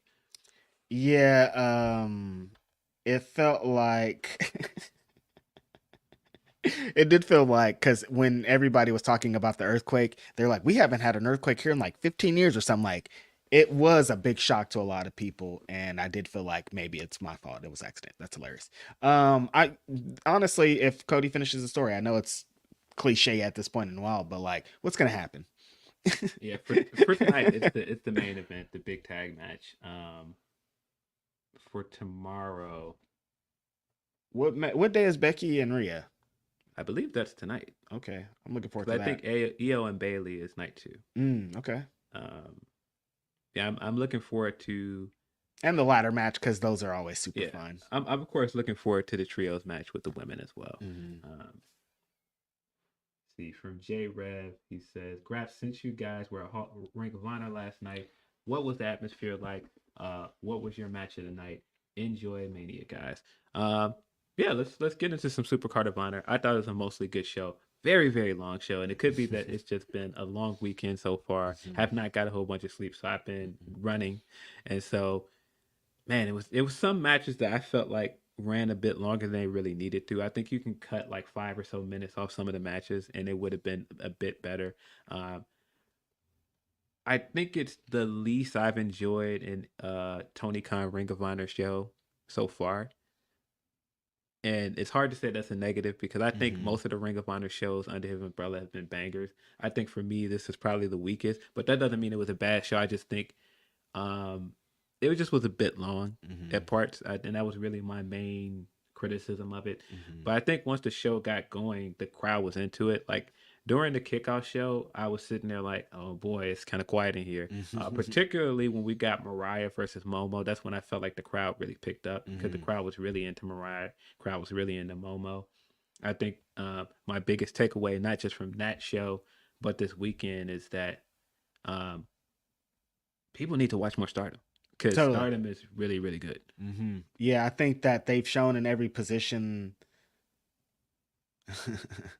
Oh, Julia's on TV. Another breaking news is Julia has been shown on NXT. Very funny. Not shocked. Not shocked at all. Stardom has shown in every spot, every position that they've been in, that they are destroying it and they're kill it. And you have to don't follow any of their matches. I think that them being on display this weekend, there's still more to come. There's a show today, and I think that they just have been amazing. It's really dope. Yeah.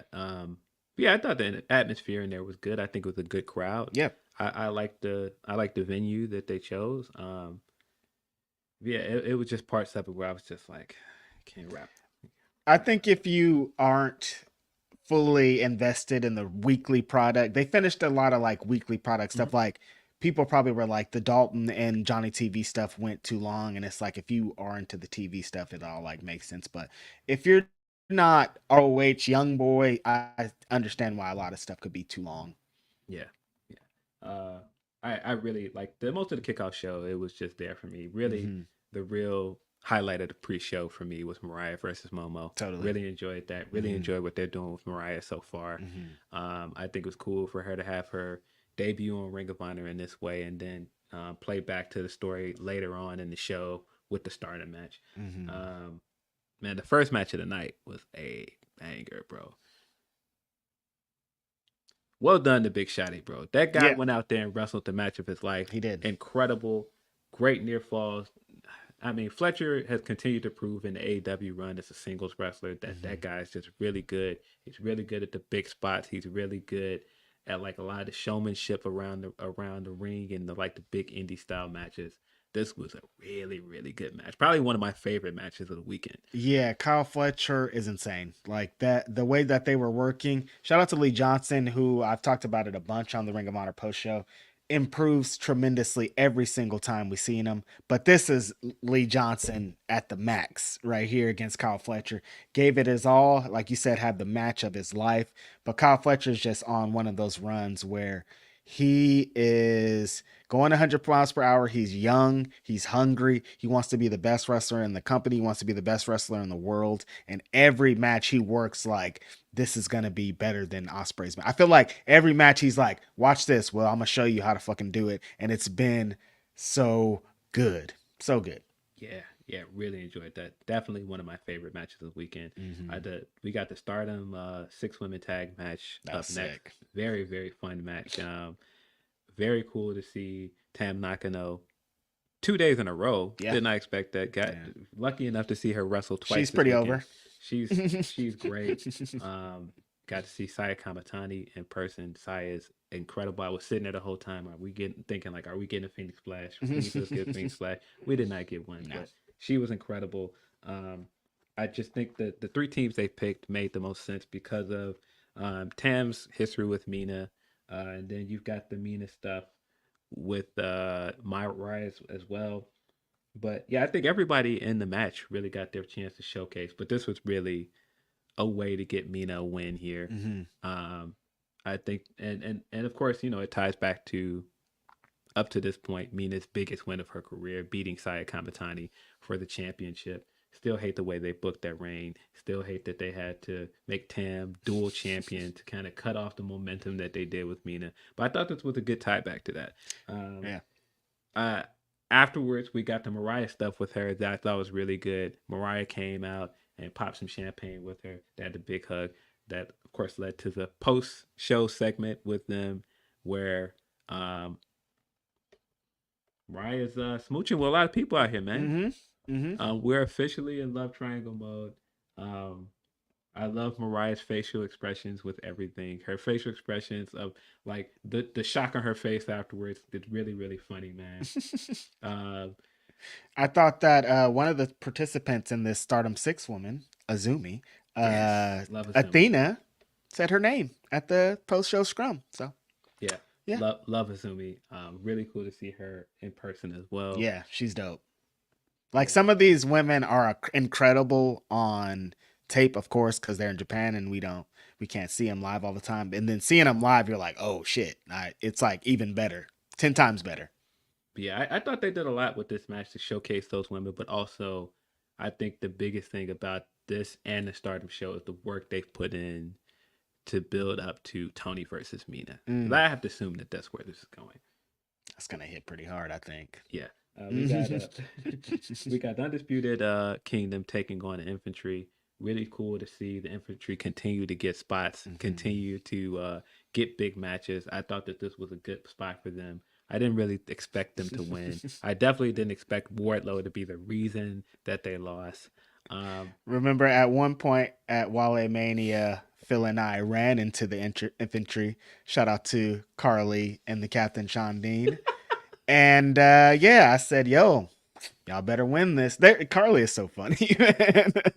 But yeah, there was a section of us that were there for this infantry win, and we were excited and we were ready for it. But it didn't happen, and that punk mother effer Wardlow is the reason that it happened. But shout out to the infantry. I love those guys. Those are my brothers. And it'll happen for y'all, man. Y'all are just, this last 2 to 3 weeks, honestly, I think that they've upped their stock tremendously, and getting that shot was important, and executing in all the opportunities that they have, super important. They're on their way. Yeah, I really like Carly. Carly, he's so funny. He's so funny. Great personality, a lot of charisma. I think it's just gonna take the right moment to really push him forward, man. He's just a guy that belongs on TV, man. He does. Just incredibly entertaining guy. So much personality, man. So yeah, I'm just so happy that he's continuing to get moments. But yeah, they lost here. At one point during this match, I turned to you and I realized what it is like. Even with them not on AEW programming, being on Ring of Honor, like I was ready for like the guitar and the drums to start hitting it. Yeah. Don't. Cause I got something for you. And then when we didn't get that, I was looking around like, okay, man, it might be enough for this. That is exactly. Phil looked right when the song. He was like, "This is why." He's like, "This song, like, what is this?" No, get back to the Kingdom being like who they are. Get back to them having their own identity. Right. Like use them as a tag team and like have the matches like that. I was just sitting there like just get back to it with the Kingdom, right? Bro. Like, cause I like the Kingdom the way they were before. I don't know. Maybe it'll work because we've been debating on this faction and everything. Give them kind of what Phil is getting into. Give everybody their individual personalities back. Like you guys can still exist as the Undisputed Kingdom, and you can have this theme for when all 5 of you guys are together. But if we're just watching the Kingdom, they should have their own theme. If we're just watching Wardlow, he should have his own thing. Yes. If we're just watching Adam Cole, he should have his own thing. So individually, together they work, but like as a unit and we're doing one song for everybody, not hitting. Yeah, no, I was sitting there, and then when Wardlow came at the end, I was like, I don't know, man. Might be time to have a dialogue about Undisputed Kingdom. might be that time. We got Billy Stark. I like those guys though. Billy Stark's taking on Queen Aminata. Definitely one of the best matches I felt of this weekend as well. Some controversy. Queen Aminata is just tremendous. She's so good. It's only a matter of time before they strap this woman up, man. Queen Aminata is like, there's star quality. There's big star quality, and just she doesn't even get to the ring and you're already like, who is this? Like, what her presence, the way that she carries herself is like different than everyone else. But then the bell rings and she's fucking vicious, dude. She's just like kneeing and trying to take heads off, and she switches into a different person. Like she comes out, she's the queen, and then she gets vicious and she starts destroying people. So good. She's on her way. If she would have won last night, Phil, it wouldn't have surprised me. You know what I mean? Like she's been set up. I always expected Billy to win though, because that felt like that's been a story they've been telling since Billy lost to Athena. And I think the finish is going to be very divisive. I haven't really looked at the reaction to it online. Some people didn't, but I knew when it was happening. Some people were not going to like it. Of course, Billy cheated here. She faked the neck injury to get the upper hand, and she ended up picking up the win. She is the inaugural Ring of Honor Women's Television Champion. I think it was the right outcome. The finish, I thought the finish was inventive. I liked it. I don't think some people are going to like it, but I think it plays into the story with Athena that Billy is taking on a lot more of her personality and taking on her ways of winning, because that was kind of the reason she lost the title match to Athena, that she wasn't willing to do some of the things that Athena would do to her. Totally. Yeah, that's kind of the story that they're telling, is like, in the end, she really learned from Athena's tactics, and that's what got her the victory. The way that, if you've seen I know some people, it doesn't matter how you do this, and it doesn't matter how you play this. That's not the way. understand. But if you know how wrestling works and you know how injuries work, they brought out the Roderick Strong neck brace, the soft ass neck brace, Yes. and they walked her out. If you have a neck injury, you can't stand the person up and walk. Yes. That doesn't make sense at all. So like the signs are all there that this is an angle. But if you are and you are offended by that, I understand, because like this injury, when Bryan Danielson does it, I hate it. I fucking hate it. But like Starks is 18, she's fine. Yeah, this was definitely a moment where I turned to you when I recognized what she was doing, and then she did flip the table and then win, and she gets the you're a new champion. The crowd's like, yeah, and I'm like, this woman Oh, that was the cheated. funniest The crowd just like pops you. Yeah, she did it. I'm like, bro, no boos at all. Nobody booed her. Just loud, yeah. What? You're Redmond. When did this happen? Who's there? Is this live? Breaking news. Denise Salcedo just got chopped by Thunder Rosa. What? This is breaking news. What the hell, Denise? That sounds hilarious. Yeah. Denise is currently doing a live show with Thunder Rosa at the 2300 former ECW arena. That sounds hilarious. That's very funny. But yeah, I laughed pretty hard at that part of the Billy match where she clearly does something underhanded to win, and the crowd didn't care at all. They still cheer for her. Yeah, but shout out to Billy Starks. I've watched this woman come from being a 15-year-old, 16-year-old kid on the indies doing insane stuff that inspired her from backyard wrestling to becoming a ROH inaugural television women's champion.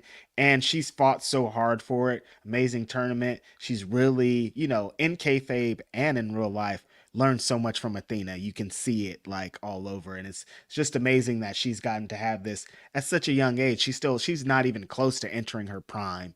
And so this is so cool. So shout out to her. Yeah, we got a surprise trios match here for the Ring of Honor 6-man belt, because the Guns was in the building with that guy, nice pervert, Jay White. I was really excited to see them, really excited to see the theme song. The theme hit, though, like, not for nothing. That theme hit. Man. That theme hit. And Jay White being Jay White, I just will never get tired of seeing him in person and watching what he does to play up to the crowd. Every time I see him with the gold bat now, I think of House Party 2 and kid getting the bat off the top of the stove. Yeah. To combat the bully of the movie, who was like very strangely aggressive. He went from like being like the guy that works in the office that was like studious and had the glasses, and then you get to the party and he's like, "Let me go, or I'll fuck you up." Yeah, his trajectory as a character changes pretty intently throughout the guy with the bat. That wasn't just passed away, Lou Gossett Jr., was it? No, that was the homie from Different World. Yeah. Rest in peace to him too. Yeah, but we got a surprise, not just a surprise 6-man match. We got a surprise in the form of Minoru Suzuki. Anytime we get a chance to see Suzuki wrestle in person, I get to scream "Kase ni Nare" to the top of my lungs. Phil, this felt really funny. A few days ago, a bunch of people were online like, why is Jay White wrestling this old man? We don't want to see this. We don't want to see this, him versus Billy Gunn. And then Jay White wrestles an old man by the name of Minoru Suzuki, and it's amazing. This was a very... Well, I mean, it's a few things that are funny as well about it. The fact that he is kind of banished from New Japan, and this was a very New Japan match. Yes, it was. They took on the team of Monster Sauce. I don't know how I feel about that. Yeah. The Lance Archer and Alex Zane. Alex Zane is fucking great. Yeah, he's really so good. awesome. And of course, their third member was Minoru Suzuki. Real Suzuki-gun vibes, even though Suzuki-gun does not exist anymore. I really want to see Suzuki team up with Shelton now that he's a free agent. This is a tie back to Shelton's time over there with Suzuki. Hard. I really, really want to see that at some point. But yeah, this match was fun. This match was fun for what it was. I think it was a good way to give the Guns and Jay White some momentum back after the unfortunate match that sounds like happened on Wednesday. Yeah. They needed a win, and this was a great way to kind of get them that spot. But yeah, it really was like kind of a filler match. It was just there. It was there. Like I'll continue to say about Jay White, he's so good that even when you think he's down, all you need to do is show him, like keep putting him on screen, and he'll immediately be back up. Like put a mic in his hand, and you'll forget about all the bad shit. Like that's how good he is at this. Yeah, he was getting his shit off before the match. He kept talking after the match. I love him talking, and they're trying to hold Suzuki back the entire time while he's in there talking, because of course Suzuki did not get pinned. Alex Zane did here.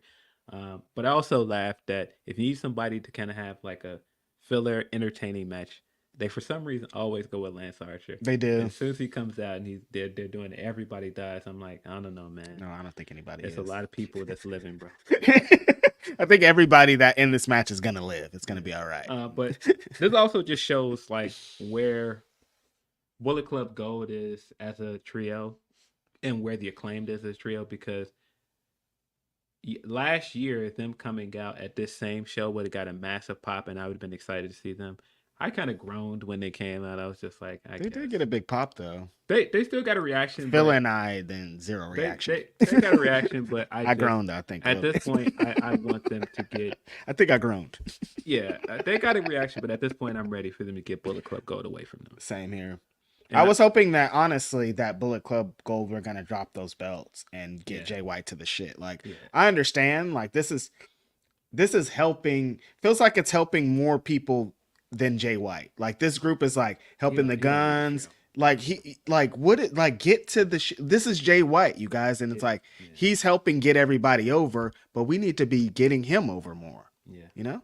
Yeah, my main takeaway from all of this is, when is Juice going to be ready to come back? Yeah, very much miss Juice Robinson. Yeah, but also big part of the act, honestly. Also, it might be time to make the Acclaim a tag team again and get them away from Billy. Listen, get the Ass Boys back with their dad. Have just Jay and Juice, and then the Acclaim together. That's it. Split everybody up. That's what I'm saying. I mean, I think Bullet Club Gold in this iteration is fine. I just think the thing right now that's standing out for me is that it might be time for them to move on from the Billy Gunn stuff. Yeah, I think so too. I can understand why it happened, because when the Scissor Me Daddy Ass stuff was going crazy for a while, but maybe maybe it has an expiration date. Yeah. We got the Dalton Castle Johnny TV match, which given your mileage with these kind of silly matches, you may or may not have enjoyed this. I enjoyed it for what it was. It did feel kind of long. It did feel not even kind of. It did very much feel long to me. It was long. One complaint about the venue after the third or fourth match, they turned off the big screen up top. Yeah. So like that had an effect on like the live crowd, because the Emmy Award winning homie came out. Nobody knew who he was, because a lot of people can't see it. So, and no screen to tell you what's going on. And that might have affected some of the pops here, and why he didn't get he would have got a reaction if they're like, this is the guy that has been on TV. So that kind of affected, and it felt like in this match specifically, it was like that. Yeah. So I think, like, in theory, the fight for no honor stuff was fine. It just was too long. I really like Dalton Castle. He's one of those ROH guys that he's just so entertaining. He's so likable. We had a bit of controversy with the boys stuff, which I don't really need to get into. I think that there was a miscommunication here, and it didn't need to play out on a public forum. I really did need to know why they were released, and then get into this like them trying to clear their names thing. We don't know that. Especially for something that very much seemed like it was just a misunderstanding. Totally. Dalton Castle continues to be super over, and I think he's going to climb and grow. It's so funny that I feel like a week or so ago, I was talking to somebody about thumbtacks. I'm like, do thumbtacks really hit anymore? Because it feels like every hardcore match, they do thumbtacks now, and it's like, maybe it doesn't hit. And then they pull out thumbtacks, and everybody has everybody's cheering. It's like, I guess it works every time. But yeah, I think the spots that were funny, that were supposed to hit, I thought those hit. Like them having the parade of boys coming out. That's pretty good. It was funny. I think the spot that they had Homeboy, the Emmy winner, in, I think that fit. Dalton is he's just entertaining, man. I'm ready. I think he should be the guy that eventually beats Fuller and becomes the television champion. I don't know what they're going to do with replacing the boys, but I think there's some stuff that they can do here, man. I mean, essentially, what kind of sucks for Brent and Brandon Tate, the original boys, is they can put anybody in there. Yeah, I mean that's kind of the bit of the boys. Like that's kind of the joke is that they're replaceable. He just kind of has like an army of stooges and henchmen. Totally. Yeah, the last two matches were strong, but I think because the show was so long, you could tell that the crowd had gotten tired. You could tell. And not only is it long, Phil, we've been outside all day. Yeah. Not us specifically, but people in this building have. Some people have been outside since 9 a.m. and it's 11:30. It's, you know what I mean? Like it's and some people are planning to go other places afterwards. Like exactly. You're trying to go for the culture, and you're in this show. It's just kind of like you're not going to bring the same energy that you brought for that fire opener. Totally. This far into the match, and I think if it hurt any match at all, it hurt Athena versus Sheeta. I thought it was a very good match, but I think it should have happened earlier in the show because I think the crowd would have been hotter for it. It would have took it up another level if the crowd was into everything they should have been to. Like that match was insane. Yeah. Like I think that's one you're gonna have to go back. They did a lot of little things that were insane, but the crowd, when you're tired, you don't catch stuff like that.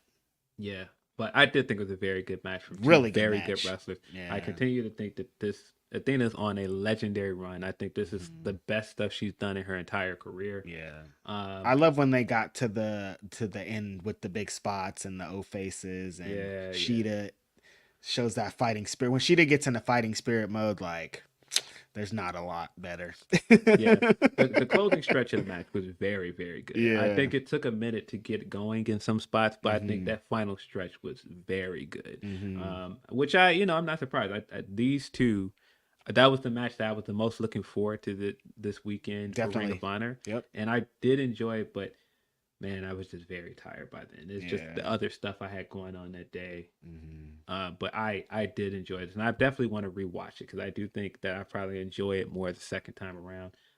There's some things that need to be caught. There's some other things that, like I said, being tired didn't do. But shout out again to the forever Ring of Honor Women's World Champion, MVP of the world, Athena. Just so ridiculously good. Every one of her, like when they make the compilation of all Athena's Ring of Honor Women's Champions defenses, there's so many different variety of matches. Like it's never like she's so good at this. Like she's great. One of the best wrestlers in the world, any gender, anything. She's amazing. And if she's champion for much longer, I'm with it. I don't care. She's great. I like watching her wrestle regardless. Yeah, Redman, Athena's gear and her entrance was awesome. Sick. Like the Balder Gate inspiration, I thought that was so dope. That was sick. Yeah, but I enjoyed this match. The main event is really kind of the biggest story from this show. Yep. We got I thought the way that they presented this was really cool. I thought the video package they showed before it was great. I thought the way that they interlaced it with the stuff with Jay and him saying the same lines as Mark was saying it. Very emotional. They almost had me. I almost had to run up. I was almost like, everybody move. I got to run out of here. You can't see me in the state. I was very close. And then when immediately after that amazing video package, they licensed Leonard Skinner, the very famous Briscoes. This theme and ROH are synonymous. And at that point I was like, all right, get out of here. I can't. Like, this is insane. Like the most emotions you could have watching wrestling. Yeah, getting that great video package and a story of what this means. Like 11 years after Jay won the world title at this same event, and then him coming out to give me back my bullets, and the energy in there was crazy for that. I think the match was great. The match was awesome. The match was great. The outcome was correct. I think this was the right time to put the belt on Mark, and just the streamers coming down and him getting lifted up on the guy's shoulders. This was very much Ring of Honor. Carry me out. Very much felt like Philadelphia wrestling. Just the right venue, the right time, everything for it. Getting emotional again. It's crazy. That moment, so important. Eddie Kingston being there played a tremendous role. Great in the whole match. He's so good. Mark Briscoe, having Papa Briscoe, having Jay's family, having his family. This is like crazy. Last year, we talked about Mark Briscoe being in the match and should have won the championship. I'm happy he didn't win last year, honestly. This hit so much harder. Perfect. What Phil said, it felt Philadelphia. It just like perfect that, Jay won the bet. Like everything hit so much harder here. And I'm so happy for Mark Briscoe, man. I love indie wrestling right now, partly because of what Mark and his brother did. One of my favorite matches ever is them versus each other, best of the best. The first best of the best. Like, I love that show because of what Mark and his brother did. And it's funny, connected to Philadelphia, when he was before he turned they have an age restriction thing, and he was wrestling there illegally. And at one point, he had to wear a mask. Mark Briscoe, he had to wear a mask to wrestle, so they didn't know it's a guy that's underage. And to go from that to now being the Ring of Honor World Champion is amazing, man. Such a great story. Like, I mean, even when you think of like the controversy with them under this era of Ring of Honor and how people wanted them to be on AEW television and how sad it was that it took Jay passing away to get Mark on TV and to see him get what they should have gotten as a duo. Like, it's still like I almost tear up every time I think about it because it's just Honestly, not right. It's not right. It just feels like it's not right. But just for Tony and AEW to pay this off the way they did and give him the story building up to this and getting that title run that was kind of long overdue. It's just such a good moment. It's just such a great full circle moment. Man. And then they had a bunch of original Ring of Honor legends and things, and the family all got in the ring to congratulate Mark. Like Phil said, put him up on the shoulders. Streamers came in, and then afterwards in the presser, Mark Briscoe got into a couple people just asking him like, how does it feel to be here without your brother, but your brother is still here in your corner every time, and him just getting into having to talk about like not wanting to get out of bed at one point, but essentially Ring of Honor and being here saved him. He's like, this helps him deal with what happened to his brother. This helps him get back into the person he originally was, being in Ring of Honor, being in along people that he came up with. It's just such a great moment, man. I'm so happy for Mark. Yeah, I thought this was a perfect ending to this pay-per-view. I think it was a great way to start the Ring of Honor pay-per-view cycle this year. I hope that this leads to Mark being the present world title on the Ring of Honor television show, because I think that that's one of the things that's kind of hurt Ring of Honor as a weekly show. It needs that guy that's the world champion and their stories built around him on a regular basis. I know we get that with Athena, but it just feels off that you don't have a main world champion that they're doing that with. That was going to be my question, but I was so tired, my brain couldn't think. Yeah. I had I had all this, but I was like, we got to go, Phil. We definitely ducked out of there before the film was over, because both of us were like We're not going to, you cannot catch the Grapsody guy snoring back here. That wouldn't be a good look. I was definitely on point by the end. I was like, I can't. Imagine this. They cut to me and Phil just out. It would have looked crazy. It would have looked really crazy. And there were people that were texting me like on the ride back to the hotel and sitting in the hotel trying to do some things to prepare for the show today. And they were like, hey, where are you? What are you doing? Hey, I'm wide awake. And I'm just like, bro, I don't think it's happening. I'm the opposite of wide awake, brother. I don't think it's happening. But yeah, great Ring of Honor. I mean, Phil, it wasn't the best Ring of Honor show of all time, but I think the spirit of what Ring of Honor represented, specifically with the ending, that's what you need right there. Yeah, I think that was the thing I enjoyed the most about it. This felt like the spirit of ROH, even having Stardom wrestlers here, like, because we do know like wrestlers that came from Japan that were a big part of their women's division at some point. Facts. Whether that be Sumi Sakai or we saw Sumi this weekend. Shout out to Sumi or Mayu Watani. And so it was cool to see them get that spot on this show. And it did feel like this was they captured a lot of the energy that made ROH ROH. Fact.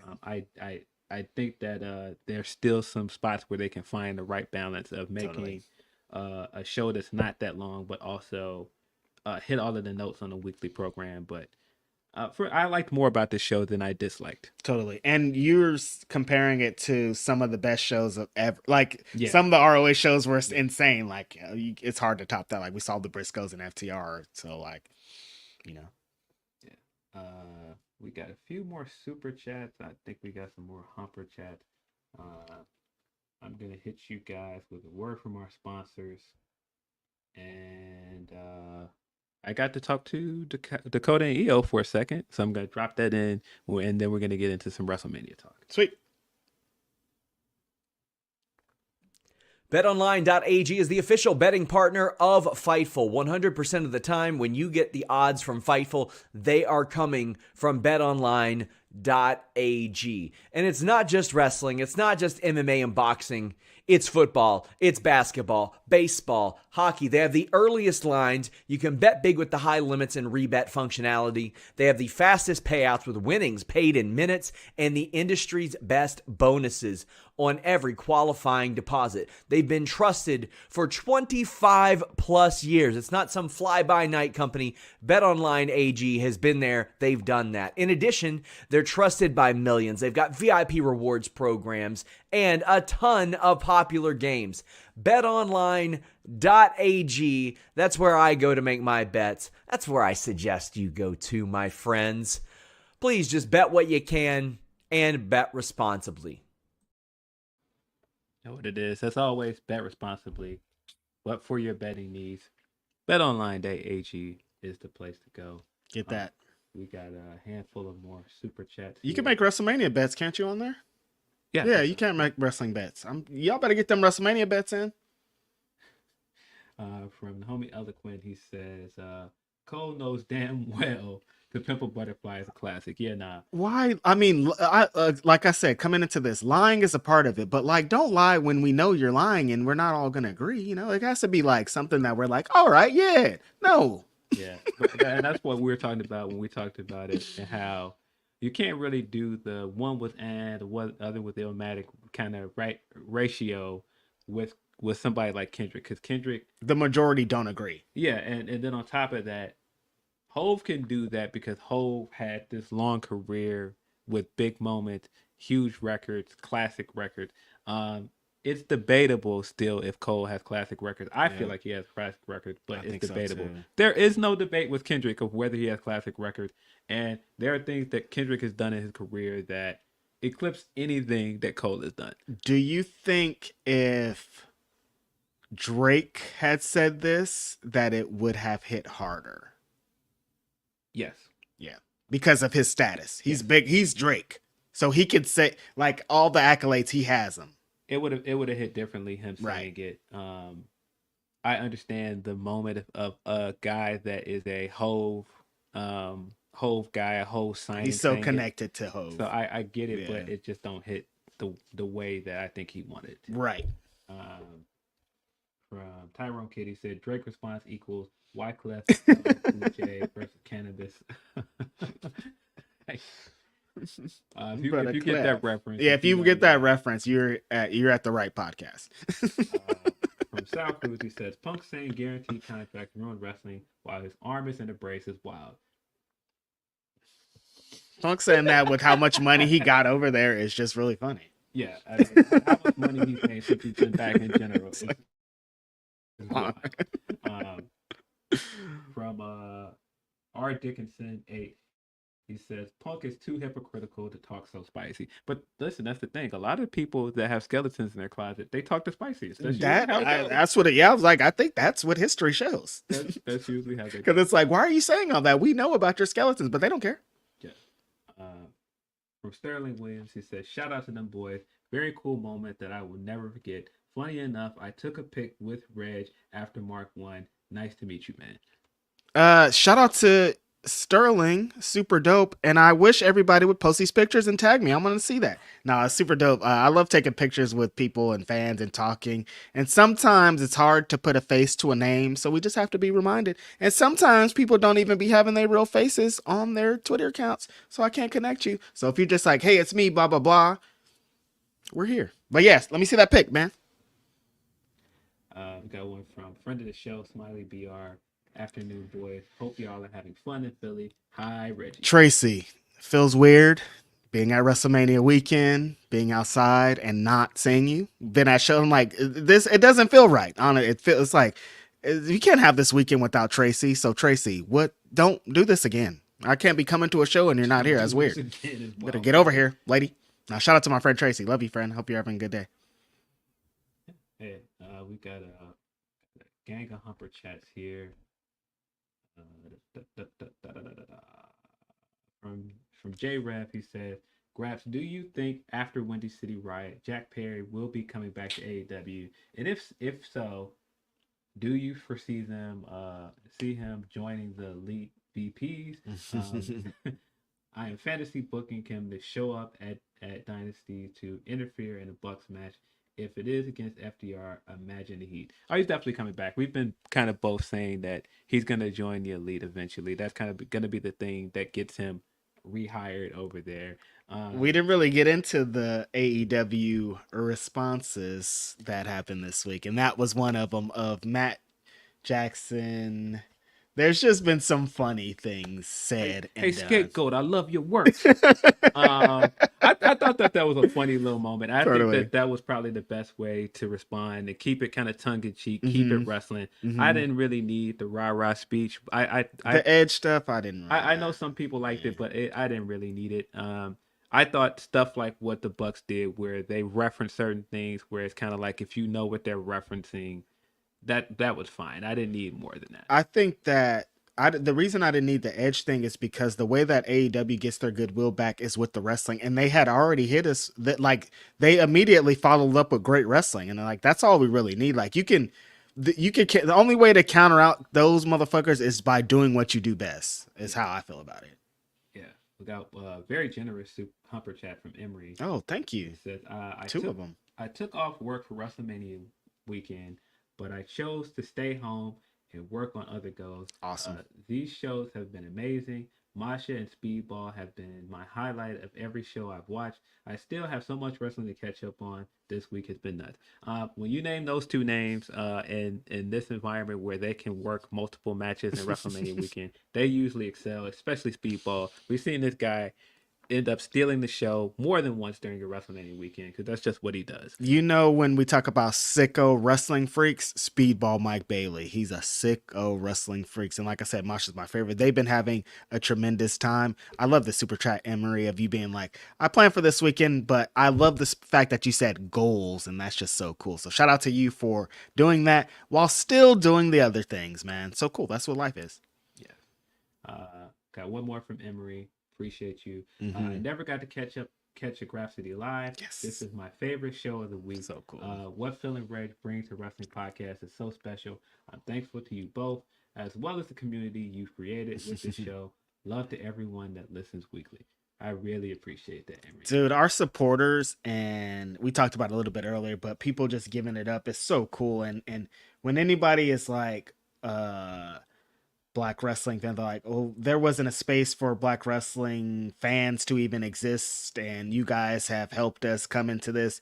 It's amazing, because I was in that same position, and legit, we started this because of that. Like, there's no voices, there's not enough voices like ours being represented, so we're going to be the ones that represent the voice. So when people are like, you guys succeeded in doing that, it's just like, so cool, man. Thank you.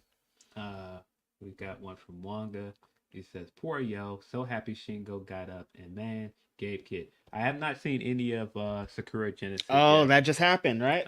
But I have seen that Gabe Kidd promo. Listen, man, Gabe is fire, man. I've long said that guy should be the leader of Bullet Club.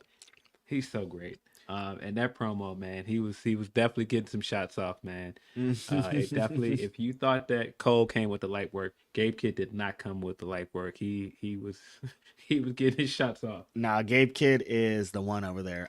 He has the best energy out of. I can name like 5 wrestlers that have great energy, and he's like at the top with how he carries himself and how everything happens. Have they announced for Windy City Riot Gabe Kidd match? Because I could see him defeating a certain someone who lost one of their belts last night by the name of Edward Kingston. So I feel like he's on the line to be the next New Japan Strong champion with how he's moving. I'm pretty sure he has a match on that card. Gabe already has one. Yeah, but without it in front of me. And speaking of sicko wrestling freaks, since we're talking about Windy City Riot, my co-host and friend Philip Lindsey is following up Wrestling Weekend by watching more wrestling next weekend. Yeah, I will definitely get Windy City Riot. Believe Gabe. No, so no, it's not yet. Oh, Eddie Kingston already has it. Yeah. Oh, they're doing the big thing. They're in the 8-man Riot Rules tag match. They don't have a singles match, which means they're gonna lead. That's probably gonna lead to the singles match, right? See, we got one from Stephen R. He says the fact that Cody winning is not a foregone conclusion is wild. No way they are having Roman going over. I don't know if I would say no way, but they shouldn't have him go over. What is there to gain from him holding the title for any longer? Accolades. Nothing. The answer is nothing. You gain nothing from him being champion for another year. No, that is the funniest part, though, Stephen R. Is this not like we're still gonna debate all day today, and until tomorrow, like the finish of tonight is gonna send everybody else into a frenzy too. Like it's so crazy. Like I wonder, do they know? Because you know how pro wrestling works. They might not know either. They might be like, what are we gonna do tomorrow, you guys? That was a funny quote from the MMA Hour when he was trying to go, I didn't know I was losing until I was out there on the map. Cody, like, all right, like, bro. Cody, Okay, I feel you. I got Cody. I love it. But all right, you got all the way into the match. All right, Cody. No way. That is really funny though. We got a few more. We got one from HUMPERCHATS regular Nelson Munch. Jeez. I knew when your nemesis got on that interview that we have some Nelson Munch takes. Nelson Munch says CM Punk is more pathetic than Drake. Mm-hmm. Both guys are clowns who have tricked themselves that they are way bigger stars than they are, or world class in what they do when it's not even close. I guess. We got one from Eloquent as well. He says, ironic Punk was mad that the Elite would only communicate with him via lawyers. Stonewalling Cabana the same way. Not saying situations are 100%, just interesting.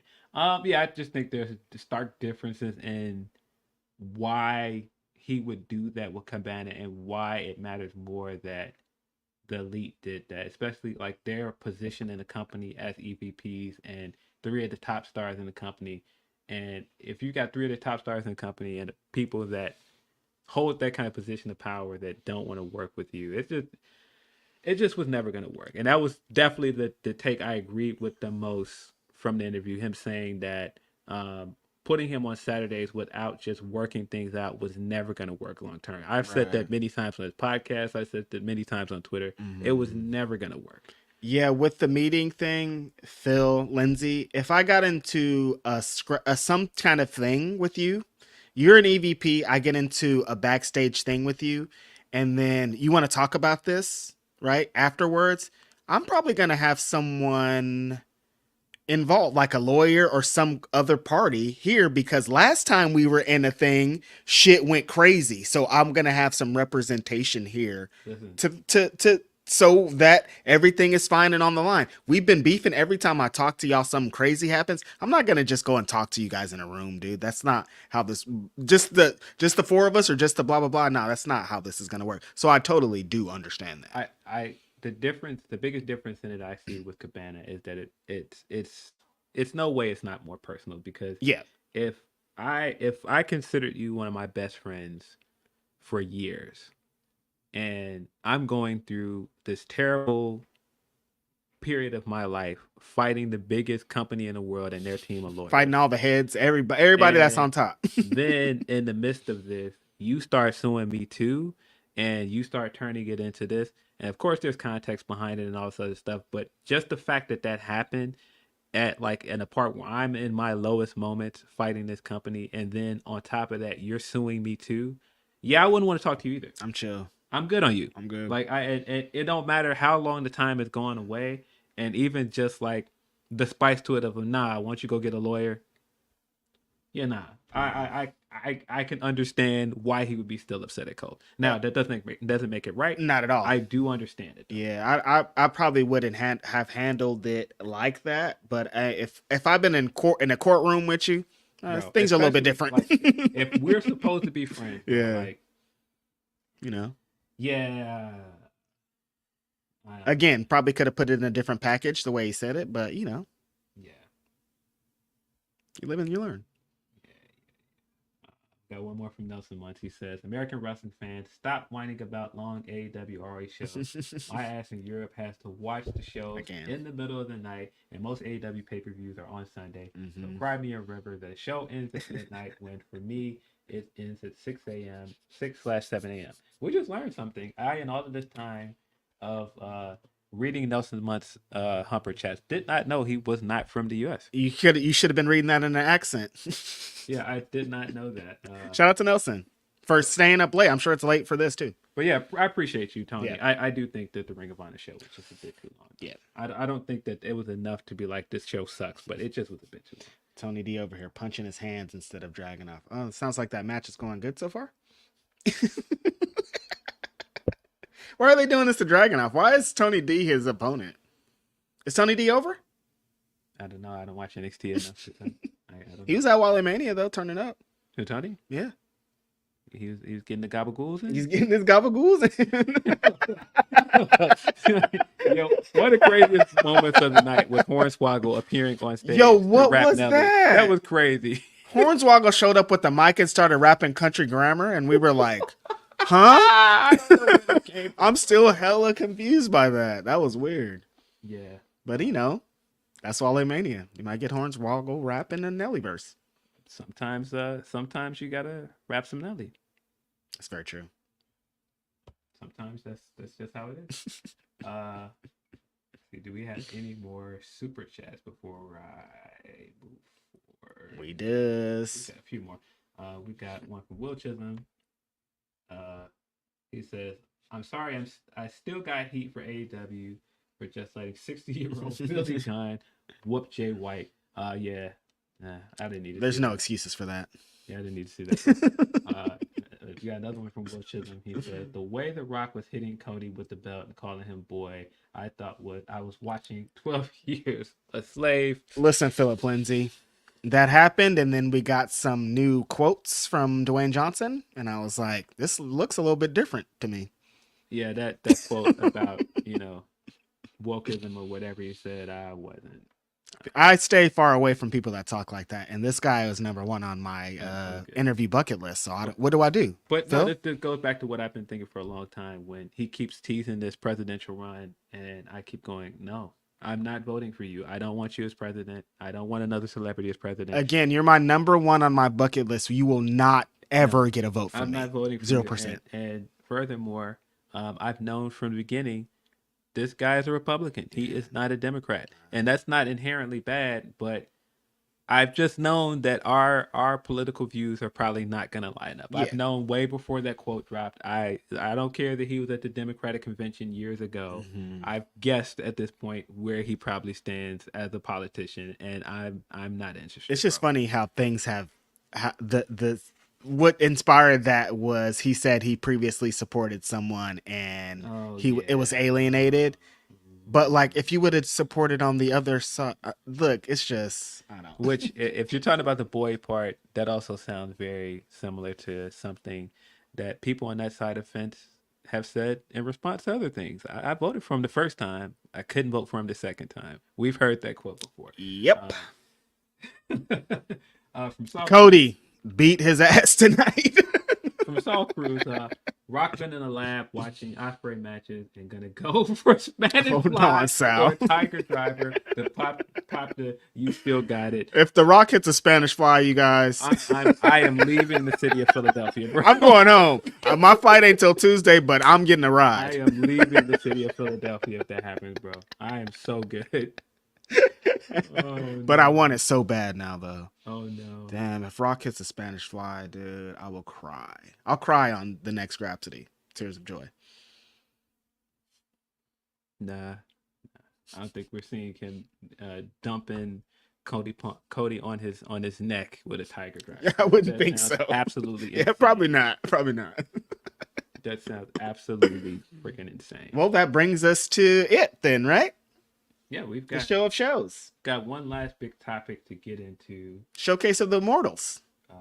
That is, for a lot of people, the reason they're here this weekend. Yeah. WrestleMania. Yeah. We've got a pretty good. It's 40. 40th anniversary. WrestleMania 40, dude. Of WrestleMania. I've watched so many WrestleManias in my life, Phil. Live and on tape. And it's like, damn, 40? It's crazy. I remember renting 10 at the video store. You know what I mean? Like, in that Bret Hart wrestles Owen at the front and then wins the belt at the back. Like, just so many times. We're at the 40th WrestleMania. Roman Reigns has been dominant. There's so much going on. Cody Rhodes, like, feels kind of wild. Yeah.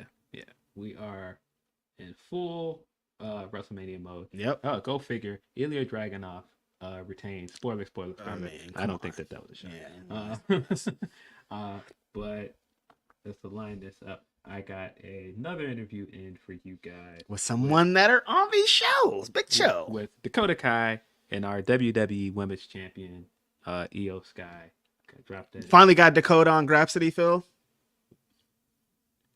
Oh, was I supposed to say that out loud? Let me Was I drop supposed this. to say that out loud. Let me drop this interview and we'll get into the backstory behind that afterwards. But for your viewing pleasure, Dakota Kai and Iyo Sky. The WWE Women's Champion, Iyo Sky. How are you guys? We are great. WrestleMania really crept up on us. Let me just say that. Like, it's tomorrow. This is not, of course, not your first WrestleMania. How is it just the experience so far? Does it ever feel overwhelming?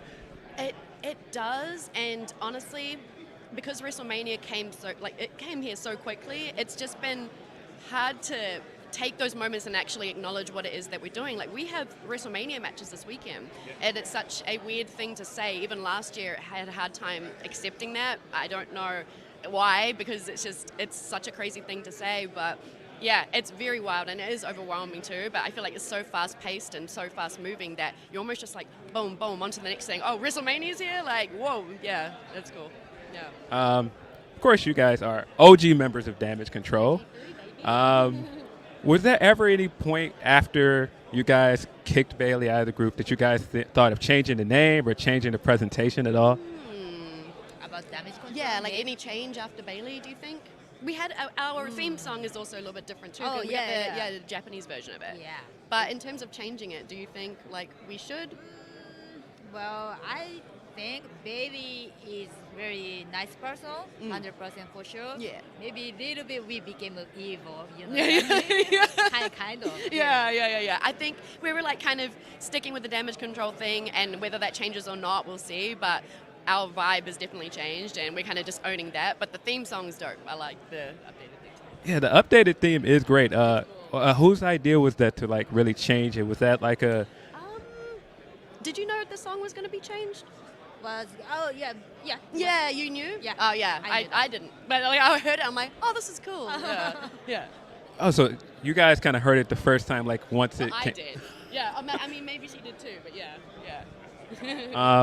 So, of course, you guys both have big matches coming up. You're going to be in a 6-woman match with star-studded opponents. Jay Cargill's first WrestleMania match. Bianca Belair, of course, has like a streak at WrestleMania. Yeah. Are you concerned about like the competition? Are you worried at all? I've wrestled, obviously, Bianca so many times too, so we've got a lot of history there. And Jade's coming in with such, star power and things like that. And let's not count out Naomi too. Like, she's been in this company a long, long time. So I think there is going to be an uphill challenge in terms of facing those three. But, I mean, I have been in the company, 7 years now, and I've also been wrestling since 2007. So that, you know what I mean? Like, there's on my team we've got Kairi and Asuka, who are both world renowned. Like, their career is so crazy, especially Asuka. Like, I watched her way before when she was, you know what I mean? So it'll be a challenge, but I think we're up for it, and WrestleMania is a good place to do that. Of course, Iyo, you've got a big title match coming up with Bayley, former leader of your group. So this turned into a heated grudge match between you guys. So do you have anything coming into this that, are there any, hesitancy to go up against someone that you have, had such a history with? Do you have any worries about wrestling Bayley because of the personal? Well, personal. No, I'm not sure it's History. about personal, but I know very well about Bailey, so that means she knows very well about me. So that is, good thing. But sometimes she knows my weak point too, maybe. So, yeah. I don't know if you guys can tell. So this was the first interview I did of the day. And so I kind of didn't know what to expect. At certain points of this interview, I was sitting there and I had the WWE handlers around, and it was just so it was what questions can I get in? With Melo, I kind of had an idea of how I wanted the interview to go. And so this one, I was trying to come up with most stuff on the fly. So at points, it seemed like I was nervous about how this was going to go. I was very much I don't know how this interview is going to go because I'm just trying to wing it. But man, very much appreciate Dakota and Iyo. Dakota is somebody that we're both fans of, that has wanted to do our podcast, but we just couldn't seem to get it together. Legit since the beginning of our podcast. It's been so long. At one point when she wasn't with WWE, right? Before Damage Control was even a thing, and this is my fault. I blanked on this. I should have asked because before Damage Control was a thing, at one point she was interested in doing a podcast, but then of course she ended up going back. Things happened really quickly. Things happened really, really quickly, and so those things are very funny to me. How some things in wrestling kind of go hand in hand and in the same trajectory with us having this podcast and still going. There would be something that happened in the first year of us having this podcast, and a year later it's just completely different. Totally. Yeah, everything's way different than when we started in October of 2021. It's crazy. But yeah, Dakota had every year we're always and Dakota, we talk about Dakota being on the pod some way and getting her on here. So I'm happy to finally see her face on this pod. We love Dakota. She's the best. Yeah. Big shout out to King Coda. If you'd have told me watching Stardom shows years ago that not only was I going to be in Philadelphia seeing Stardom wrestlers, seeing some of my favorite wrestlers wrestling in person, but getting to interview Iyo Sky. Iyo Shirai is one of the greatest Japanese wrestlers ever. Yo, my friend loves Japanese women's wrestling, you guys. It just being able to interview Iyo Shirai as a part of this weekend. She's gonna have the biggest match of her WWE career with Bayley, and I got a chance to interview her before that. Really sick. Cool. So sick. I'm sure that because I watched it back and I've over criticized things about it. I wish I would have. I wish I would have asked. In that moment, you didn't have time to think of anything. They say, "Get out there, brother." But this was definitely a bucket list. I definitely would like to do a more in-depth interview with either of them. Totally. At some point. And I'm really, really excited about Iyo and my Bay Area friend Bayley. Yeah. But let's get into some of this night one card. It's going down. Because we do have the Damage Control match. They will be taking on the Dream Team, Bianca Belair, Jade Cargill, and Naomi. I think the outcome of this match is pretty predictable. But I just want to see how the three of them work together, because Asuka and Kairi have history together. They have chemistry together. I just want to see how the three of these women are going to work together against Damage Control. I want to see how Jade is going to fit into this match because she's got an outlier, not just in the sense that she's new to the WrestleMania stage and the fact that she's new to WWE style, but also Bianca and Naomi are two wrestlers that have heavily leaned babyface for most of their main roster careers. Jade is somebody that I feel like in most cases works better as a heel.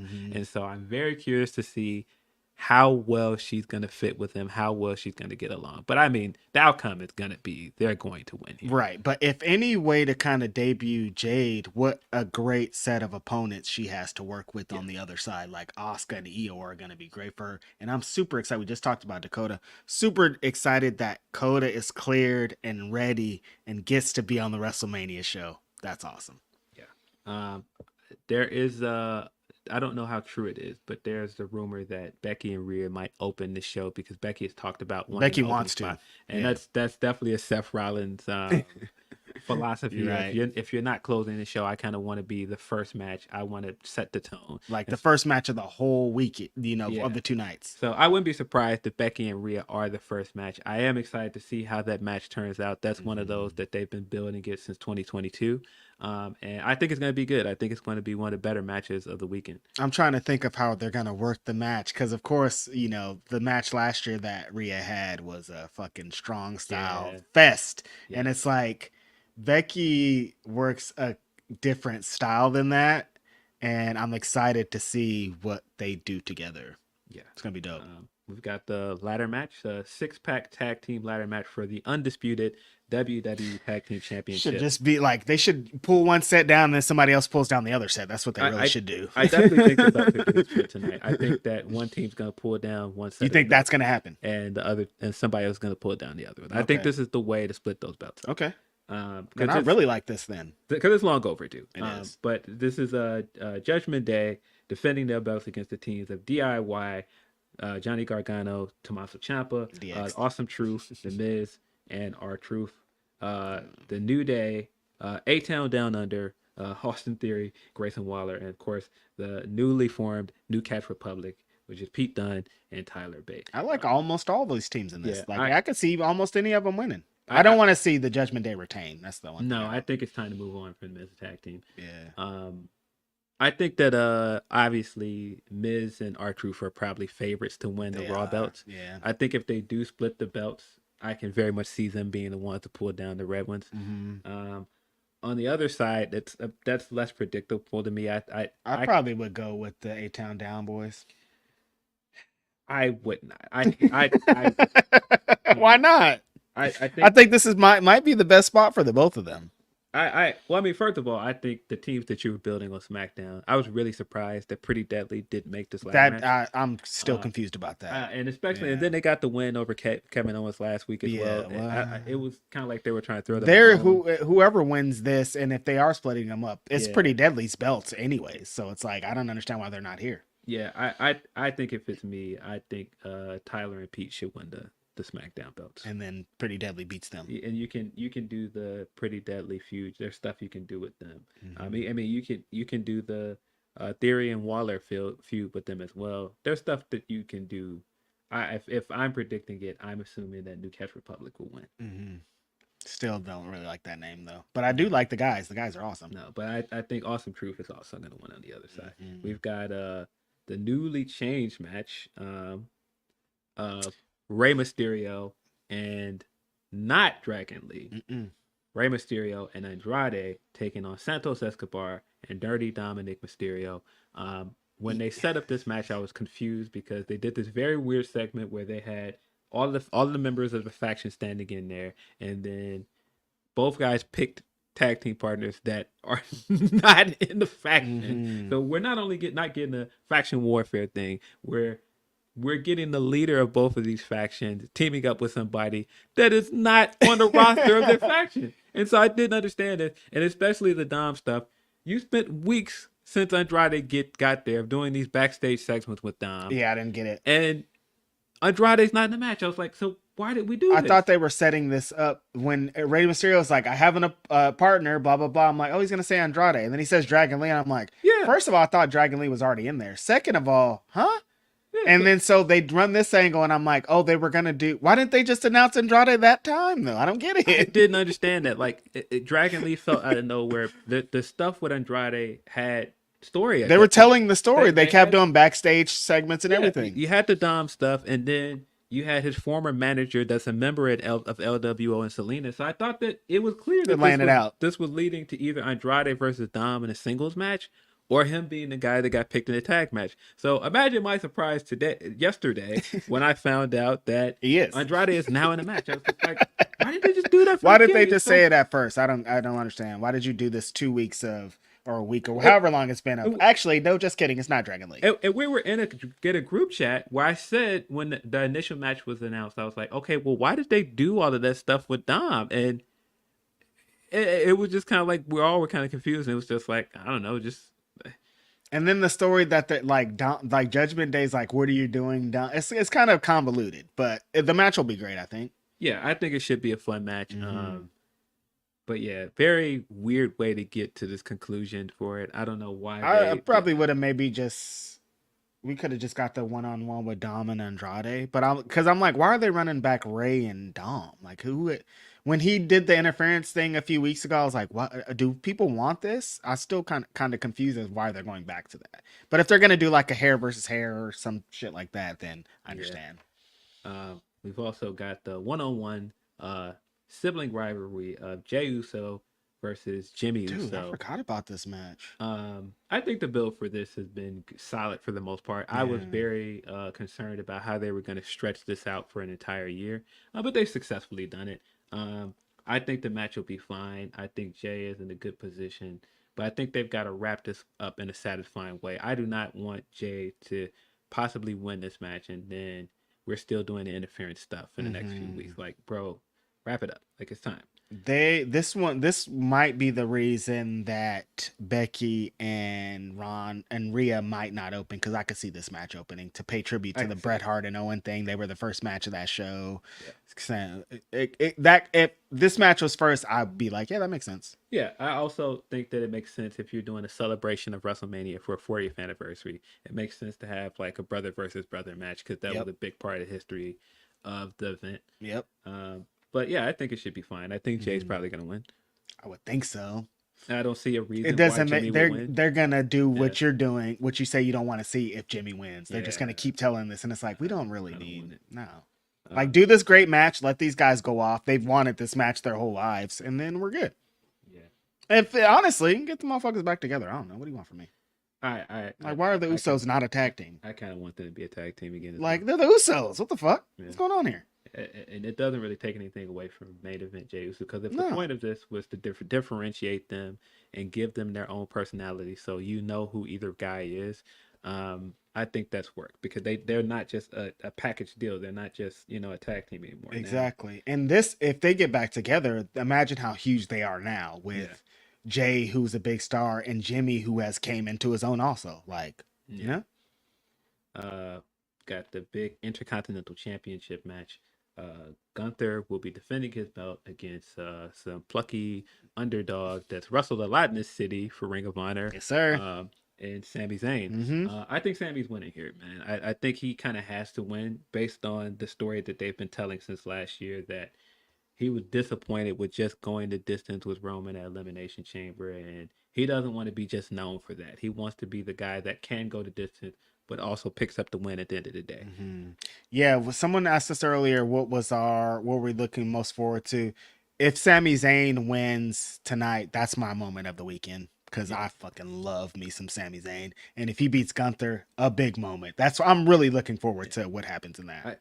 I want Sami to be world champion. Yeah. I would have preferred for him to have been. I hate that this is the Intercontinental Championship, but I think Gunther, the prestige that Gunther's added to it, it'll work. Yeah, I think it's. I just think it would have been more rewarding if Chad Gable was in this spot and Chad beat him. But I also feel it would have hit harder for Chad Gable. Yeah, I also feel like, because kind of the story with the Roman stuff is that he couldn't beat this dominant champion that has set a new record. But he's now going up against another dominant champion that's a workhorse, and that kind of fits more in line with what we know about Sammy. Yeah, that makes sense. I'm fine with it. That's a pretty good story. It's just kind of how we got here that I wasn't really a fan of. But and it's so funny that like Chad Gable has been involved. Like he's training Sammy. Like he's still there, but he's not there. But main event. One of the what is the tagline? Greatest tag team match in history of all time, baby. The Bloodline. Yep. Will be taking on the American Visionaries, Cody Rhodes and Seth freaking Rollins. Roman Reigns is working 2 nights, Phil. A lot of people earlier this year, people were like, "Hey, what about that?" And I was like, "That's never gonna happen." It's happening. There was at one point at Wale Mania where I was walking around trying to find somebody, and I was standing at the bar waiting for a drink, and bartender came back with my drink, and that's when I heard it. I forgot about this. Listen, when Burn It Down blared across the speakers, bro, the energy in the room changed, man. And it almost felt like the DJ like scoped me out at some point, and he was like, "Oh, there he is. There he is. We found him. Let me hit his record."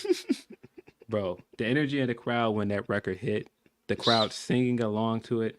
Listen, man, y'all got my guy Seth fucked up, bro. I got this 5 seconds worth of at the end of what Phil's talking about. People were very excited about. They played Cody Rhodes and Seth Rollins back to back, and you would have thought Jesus walked on stage. Do you remember what they played after Seth's record? Seth's theme? Look in my eyes. Oh yeah, that's right. That's right. Yeah, very funny. These are very funny. Very funny chain of events. But what's happening in this match? Could not be more ecstatic about Seth getting his main event because he's been saying he wanted this for so long.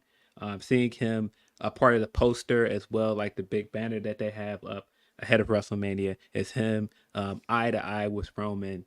And if you're having like this celebration of WrestleMania in the last few years of this company and what Roman represents to the company, but also what Rollins represents to Roman's trajectory as a member of the Shield and everything afterwards, it just makes sense for them to be a part of the main event. So I'm glad that this happened. I would have very much preferred if we were coming into this weekend knowing we're getting CM Punk versus Rollins. Totally. Bro, I would have been out of here. Yeah. But it's just I like this for him a lot. I like that he's in there with Roman and The Rock and Cody and what this means for his career. He deserves it. Yeah, I think if I'm Rollins this weekend, Phil, I'm feeling good. We've been driving. There's a billboard, a C4 billboard, the C4 energy drink. Big Rollins is the advertisement. And I've seen it like 4 or 5 times here in Philadelphia. Like if I'm driving around the city, if I'm feeling good about this weekend, I'm seeing my face everywhere. Like you got it. Like you got victory lap, dude. Take your victory lap. You earned this shit. He's gonna come out there with a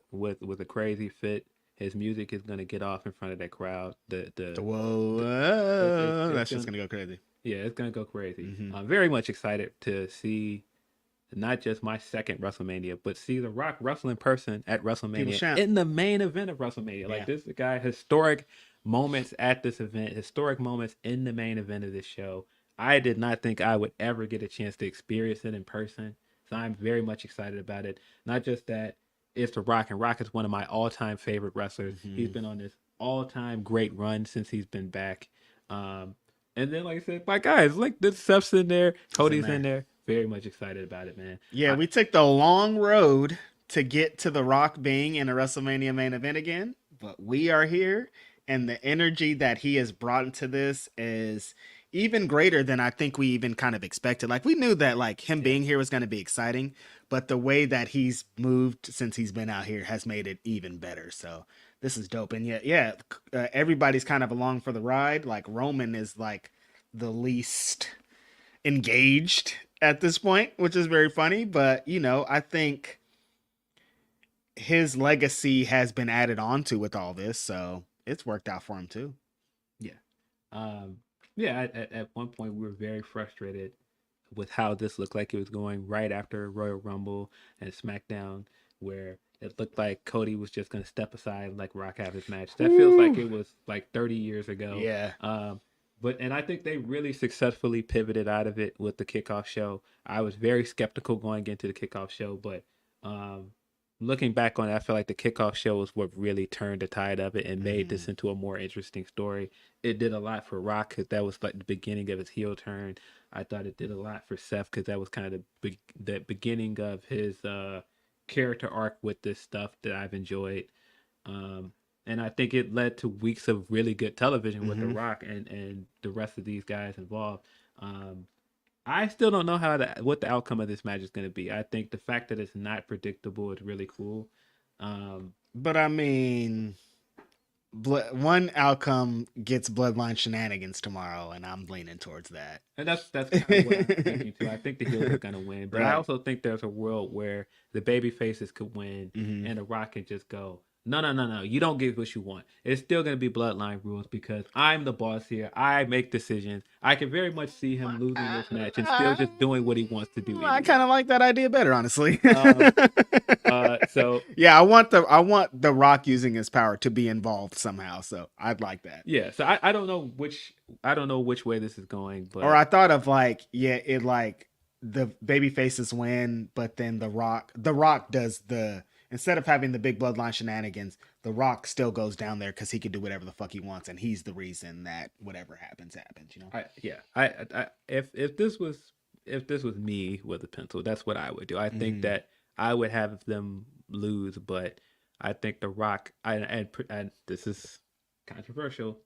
If it were me, Cody should pin The Rock to win the match.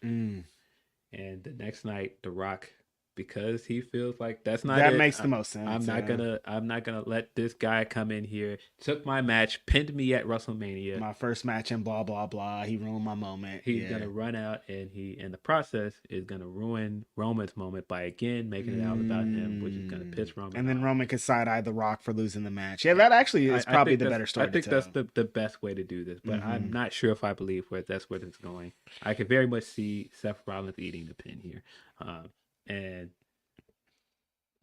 I don't know. The best story for everybody involved, because Seth still has a title match tomorrow. Yeah. Roman still has a title match tomorrow. The best story is Cody pinning The Rock. You know? Because if Cody pins Roman, that would lead me to believe that he ain't going to pin Roman tomorrow. So I would hope that he pins him to Rock tonight. You know what I mean? Yeah. Because WWE likes to do that. Like, he pinned him. You got it. And then the next day he doesn't. Yeah, and the other part of it is I think we know at this point Rock's going away. Yeah. After WrestleMania. Right. So it makes no sense. With how he's been talking and acting and promo against Cody, like giving Cody a win it makes the most sense for Cody to get the win over Rock going in tonight too. The outcome that is very, very unlikely, but brother, if Seth Rollins pins Roman Reigns, there are a few things that I've said behind closed doors where people have trolled me and have done things and I've let it go. And one of those things was after the Warriors won their last championship, I said, man, if Seth wins 5 championships and he officially has more championships than LeBron James, it's over for Bron Stan. I'm going to be the absolute worst Twitter follow ever. I'm going to be the most obnoxious guy on the entire internet if that happens. If Roman loses this match to Seth Rollins after calling this guy a loser and a cross-dresser and all these things for months, all of the people that message me and are like, that's your boy, that's how he dress. Messaging them all back? It's open season. Open season. But I don't think that's gonna happen. I do think the more likely thing is that the heels are gonna win here, and it's gonna be officially a Bloodline rules. But who's gonna get pinned? Because again, I think Cody is. Cody's gonna get pinned too. I think that's gonna set up because then that's the adversity for. I think that's gonna set up the more adversity and set people up to think he's gonna take 2 losses in a row. Right. I think Cody's going to get pinned because I don't want Seth to get pinned here because he's the world champion. He has a match. I don't either, but I think I can see it, but for adversity and Cody, and it's actually will fuel him more than hurt him. I think he could actually take the pin. He doesn't hold a title. It doesn't really hurt him to take this loss, especially if they cheat to beat him. It doesn't. And if he wins tomorrow, but imagine what if is there a world where he takes 2 pins? If you guys pin Cody twice, I hope the fans riot because that would be In Philly, insane. bro. That would be crazy. Nah, man. I hope they don't do that. Yeah. But I'm very excited for this tag match. Right. I really like the fact that this could go either way. Very excited to see how this turns out. And see, I really like that they're using the 2-night event in a way that it's kind of intended to do, because that was the thing that New Japan did their first time around with the 2-night Wrestle Kingdom, where the main event bled into the next main event the next day. And I feel like that's kind of how it should be. It's essentially like the main event angle gets 2 main events. Yeah, it should be kind of an interconnected story for both nights. I feel like that's the right way to do it. Because it's essentially one show flowing together is what it's supposed to be. You know what I mean? Yeah. Because like I was thinking about WrestleMania 35 and how long it was, and if like it probably would have flowed way better if it was just 2 nights, and now they do the 2 nights thing. With all of this Brandy stuff, I made the joke yesterday that all of this stuff, Brandy looking upset, Brandy being brought up in the Helwani interview, it would be hilarious if they do the burning table spot from AEW. If Brandy shows up and it's the same aspect of it, of her coming out with a hood, and you think it's a bloodline person, not another bloodline interference. What is Brandy Rose doing here? She's got like the lighter fluid, and they like I would be dead, bro. I don't know if they're gonna do the fire, but you saying that out loud, I could see them doing the hoodie thing though. Not another bloodline member, and it's Brandy. What is Brandy Rose doing here? Okay, Yeah, all right. Okay. I would laugh very hard. That shit would be hilarious. I mean, I don't see any way where both these matches are not full of like a bunch of it's shenanigans, brother. It's shenanigans. It's definitely happening. I saw Rikishi at WrestleCon. I'm like, I know you about to be out there. Yeah, somebody posted this video behind him of his entrance with this crazy angle of like the camera like below him. I'm just like, why did you post it? What is this? Yeah, but this could be where it's going. Eden Styles, like, and she came back with her old name. Oh my god! I do hope Brandy gets a spot though. Like, what's up, bro? Where's Brandy at? Sometimes they be showing some of the Brandy clips, and I'm like, listen, man, put Brandy back on TV, Yeah, bro. Like, y'all stop hating on Brandy. Yeah, why y'all hating on Brandy?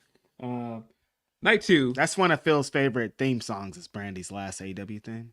I just wanted to let you guys know. Oh my god. Yo.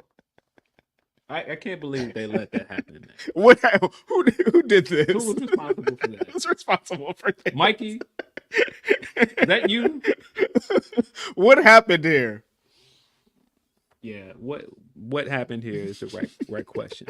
Mikey, Tony, who did it? What is it? CBO on fleek? CBO on flex? Yeah.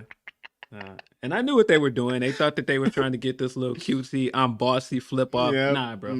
That was not it. Nope, don't want. That was not it.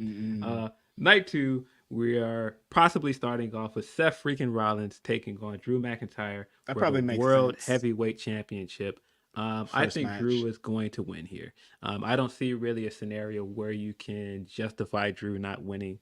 Where he is as a heel character, what he's been doing on Raw, I feel like it kind of justifies everything he's been doing. And I think he's not. I think he's gonna cheat. I think this is gonna continue to build this persona of him being a hypocrite. And the scenario that I've kind of predicted, this is kind of my bold prediction, is that they've been showing a lot of Heist of the Century stuff. Yeah. And I think that in the midst of this match, based on Drew's dealings with Judgment Day, I think that Damian is going to cash into this match and make it a triple threat match. And I think that Damian is going to lose. I think that he is going to have a failed cash in, but I think his interference is going to be the thing that helps Drew win. And I think he's going to do something like end up pinning Damian Priest and laughing at Seth because he out-Seth at WrestleMania, and he's gonna get a shirt or something that says the new Heist of the Century. Right. I feel like that's the way to go with this. Phil done read the damn book. Now that sounds like it for real, because they have been going hard on the Heist of the Century stuff. But I think this is going to be a good match. Both of the matches that they've had together with Seth as champion, I really like. I really think that those are two of the best defenses from this reign for him. Particularly the second match. I really like the pay-per-view match they had. So I think this is going to be a good match, and I think this is going to rely on Seth overdoing it because he main evented the night before, and I think he's going to come in. Yeah, that's the story that they're going to tell. Yeah. Last match of the first night, first match of the second night. Yeah, I get the feeling that does, and especially because he's kind of underestimated Drew, and he's kind of underestimated all the enemies that he's made as the top baby face on Raw. And that's kind of also why I think that this is leading to Damian cashing in, because I do think that they're going to lose the tag titles the day before, and I think that's that tells another story. Yeah, so I that's where I see this going. I definitely think we're going to get a cash in. Right. We got the Pride. Boy, I don't like that. I don't like that name at all. I don't like that name. God, I don't like that name. We got the Pride, the team of Bobby Lashley, Angelo Dawkins, and Montez Ford taking on Final Testament. These don't like that name either. These sound like TNA faction. But Final Testament, Karrion Kross, Akam, and Razor. We got the Pride. It's Simba, Mustafa, the Hyenas. Like what name is Nala's there? Like what? What'd you think about Athena last night saying that she listens to Be Prepared to get hyped up? I died. I was like, pretty on brand. I love Athena. Yeah, man. She's so funny. When she was going through her playlist, I'm like, yeah, that's pretty on brand. I love it. I listen to B. She said before every single show, I listen to Be Prepared. So funny. I said Mustafa instead of Mufasa. Sorry, you guys. Ali. But yeah, I don't really know the outcome of this match. I can't say that I'm super excited for it. I am glad that Bobby and the Street Profits are on the card because they didn't have a match, and Bobby, of course, didn't have a match last year because of the brace stuff. So I am glad they made the card. It seemed like Final Testament, though.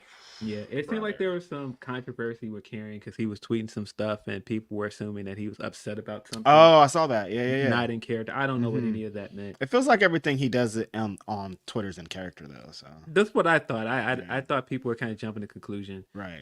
But I think the Pride are going to win here. Yeah. If I had to guess. I mean, the Final Testament has been getting the one up on them for the last couple weeks, so it makes the most sense for the Pride to win. Yep. We've got a stellar match probably that I was a part of the build to apparently while I was just trying to mind my business and get an interview at Media Day yesterday. LA Knight will be taking on newfound body guy AJ Styles. The big guy, big man. He's gonna fuck LA Knight up, he said. Yeah. No, when I actually saw the fight, I was dying laughing. Like just how it looked, it looked like a scuffle, and then he got up and his nose was bleeding. And he cursed him. I was like, "How did this happen?" LA Knight goes, "You're gonna be a SmackDown pussy." I was like, "These guys are really funny." You're gonna be a SmackDown pussy. I think this is gonna be good for LA Knight. I still think that they made a mistake by not putting the U.S. title on him earlier last year.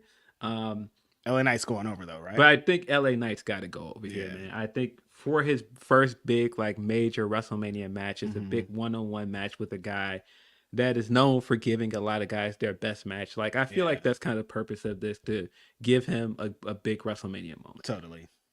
To give him a big win, to get him, and then AJ too, there's a couple of WrestleMania moments for AJ that are like, and I don't think this was gonna be like that. Yeah, he's definitely had more matches that I felt were gonna deliver that didn't quite hit. Like I wasn't a big fan of the Edge match. I didn't. The Randy Orton match wasn't really for me either. The Nakamura match is like everything that represented, but the execution of the match. I've said many times their TV matches were better than that WrestleMania match. Right. And actually, the Money in the Bank match is better too. That's the last man standing match, right? The WrestleMania match was just I feel like that was probably one of their weaker matches. Finish terrible. I hated that finish. Yeah, so bad. It was really the after match stuff that I didn't like. Matter of fact, it wasn't so much the finish. It was that it just felt like it ended very abruptly. Oh yeah. They needed more time. Yeah, it just felt like they never really got in a second gear. Right. But yeah, I do think that LA Knight is going to win here, and they've got to they got to stick the landing and follow up with LA Knight afterwards. If you're going to give him a big win over somebody like AJ Styles, then you got to be prepared Something has to to be next. do something big with him following this. If it's putting a title on him, if it's putting him in another big feud, you can't have him win here and then go back to doing nothing. Speaking of the U.S. title, we've got the triple threat for that belt. Logan Paul taking on Randy Orton and Kevin Owens. I think Logan Paul is going to retain here. Totally. I think there's still stuff they want to do with that reign. I can't say that I'm super excited for this match. I thought this was going to be like a 4 or 5 6-pack challenge too, but them doing the tag title match makes the most sense. I don't know if I've loved the story coming into this. It's just kind of like Logan Paul keeps kind of getting the one up on these guys and he's running from them. And it feels like he's going to like get one over on them quickly for the victory and then run out of there. So it's like, I get it. And I'm sure Logan's going to try to do some big viral moment thing. So things will be in there. I think he's going to do a big viral thing, but there's been like this uneasy tension between Kevin Owens and Randy Orton, where every time they like stand tall as the baby faces, they're kind of looking at each other like, oh, hey, that worked out. That's cool. And the thing that's really cool about it is they're both known as guys that you can't trust. Exactly. I think it's just a matter of, I think most people are like, somebody's going to turn heel. Who's going to turn first? Who is it going to be? Is it Kevin Owens going to hit this guy with a stunner, or is RKO going to eat it? Is Randy going to RKO this guy? Well, the thing with Randy Orton is that when he RKOs Kevin Owens, he doesn't go babyface. I mean, he doesn't go heel though. He's still babyface. Like he can RKO anybody and people are going to cheer him. Yeah, but I definitely think somebody is going to turn heel in this. I want it to be Kevin Owens because I think I'm just such a huge fan of Kevin Owens, and I think it's maybe time for a heel run. I want Kevin Owens to go to Raw. I really want Kevin Owens to get into the World Heavyweight title picture. I think he's long overdue for a world title run after that Universal title run that ended in disappointing fashion. I really want him to get away from I hate Raw. that how he won it too. That Triple H shit. I hate that. Every time they show it, I'm like, I hate this. So much. I want him to get off of the brand with Roman so that he has a believable chance of being a world champion. And I get everybody off the damn brand because that's how everybody is over that shit. But see, no one even says this guy's fucking name when they're over there. Yeah, but see, that's the other reason why I wish they would have just put Sammy in the world title picture, because I think you could have done cool things with this, like Kevin Owens losing this match and possibly going away. Because I know at one point he was dealing with an injury. And so I'm going away and doing like some recovery, and Sammy having like the short-lived reign all the way up to the WWE draft. And he's like in the ring at the end of the show with like holding up the belt, and then all you hear is da-da-da-da, da-da-da-da. And that leads to Kevin Owens versus Sammy for the world title. And I mean, I'm sure some people will be like, I'm tired of that, but I'm not. The idea of that for the world title, give it to me 25 more times, I'll take it. Yeah, exactly. That sounds hard. And you can still do that story, but that's why I want Kevin Owens to go back to Raw. Right. I really never liked the move to get him off Raw. And neither. That's also where Punk's going to be. You can do the Kevin Owens stuff with Punk. Did they do that? Why did they do that? I don't know. I'm like, were they trying to spit up him and Sammy? But I'm like, even that doesn't really make that much sense, though. Yeah, I really think Kevin Owens has got to go back to Raw. Yeah. We got 2 more matches, 14 matches total. They're trying to stick to the 7-match format. Okay, that's not that bad. 7 matches for a show should flow pretty well.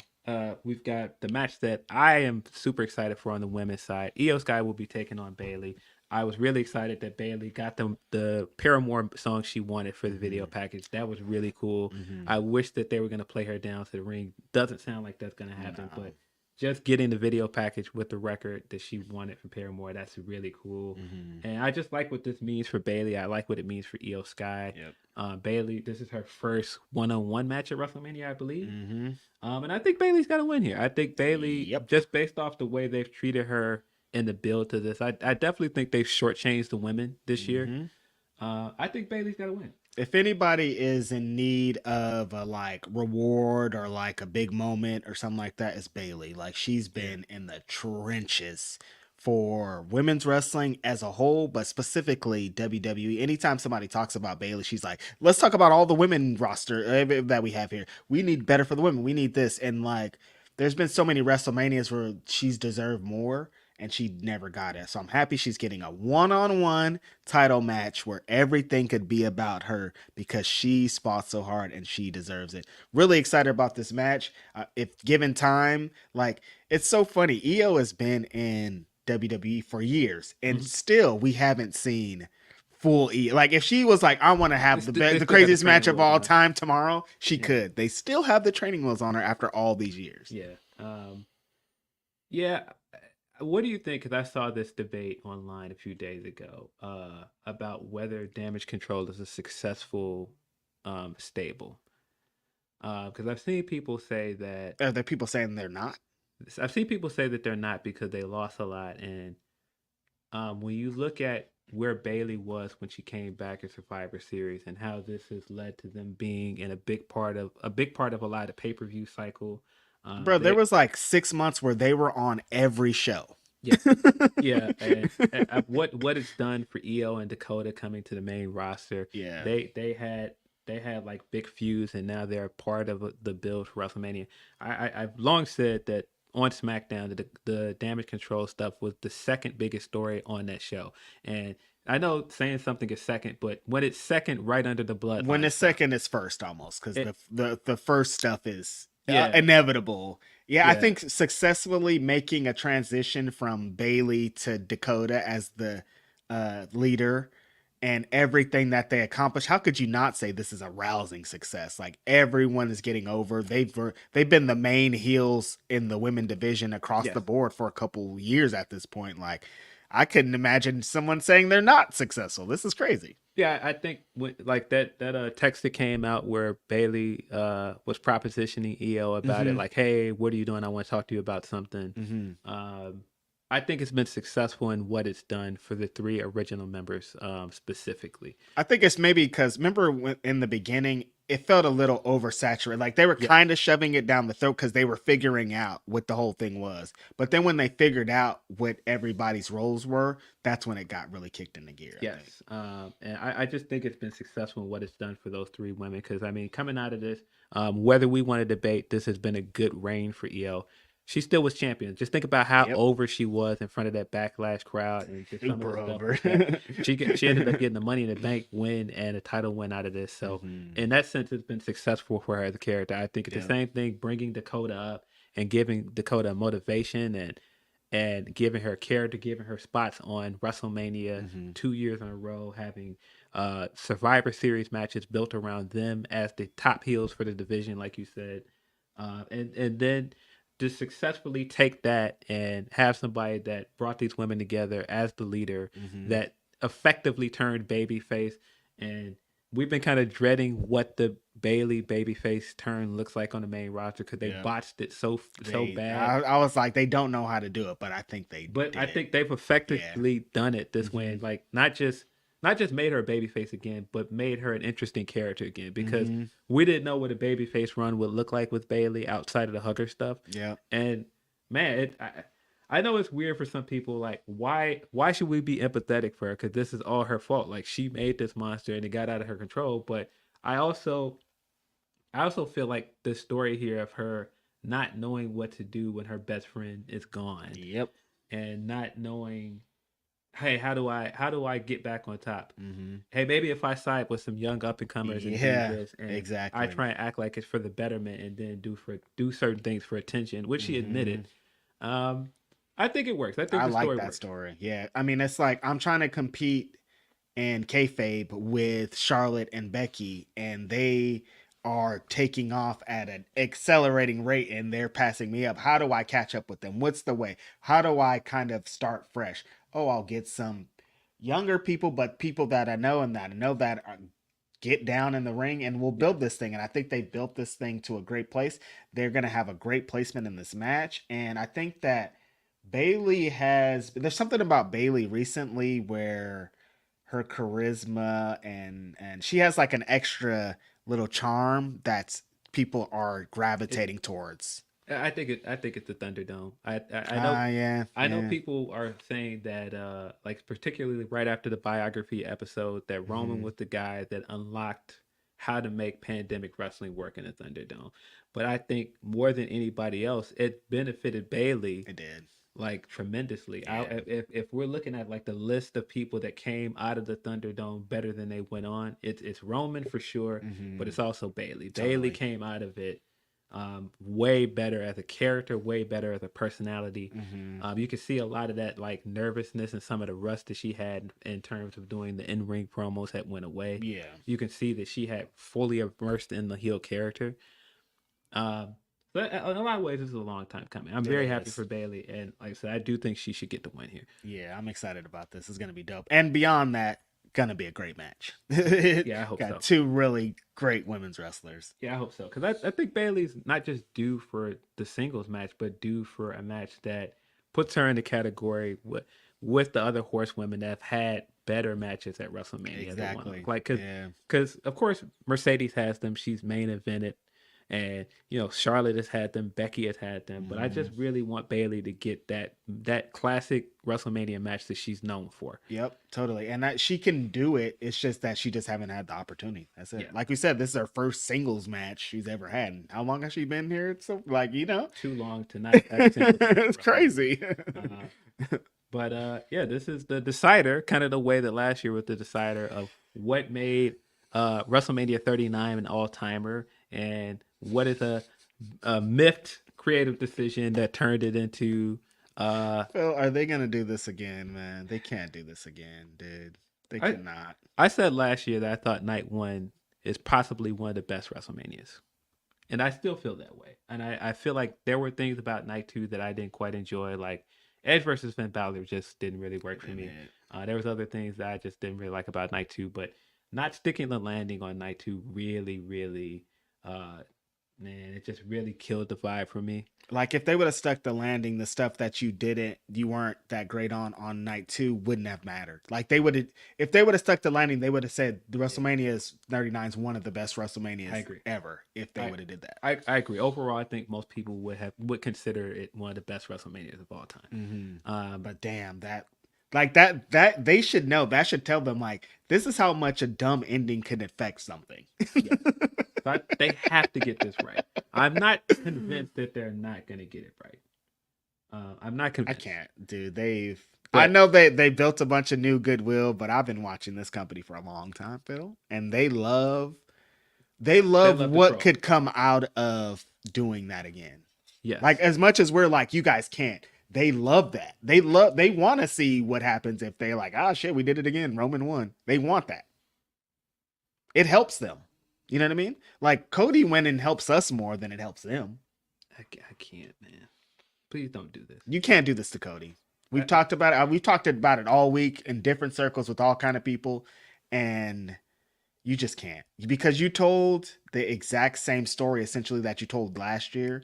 And if you're gonna do it again, like you're gonna make Cody look like the dumbest character there is. You're gonna ruin him as a character if he does not win here. I don't like saying this, that it's gonna bury him and there's no recovery, but I don't think that he can recover from losing 2 years in a row. No, I just don't.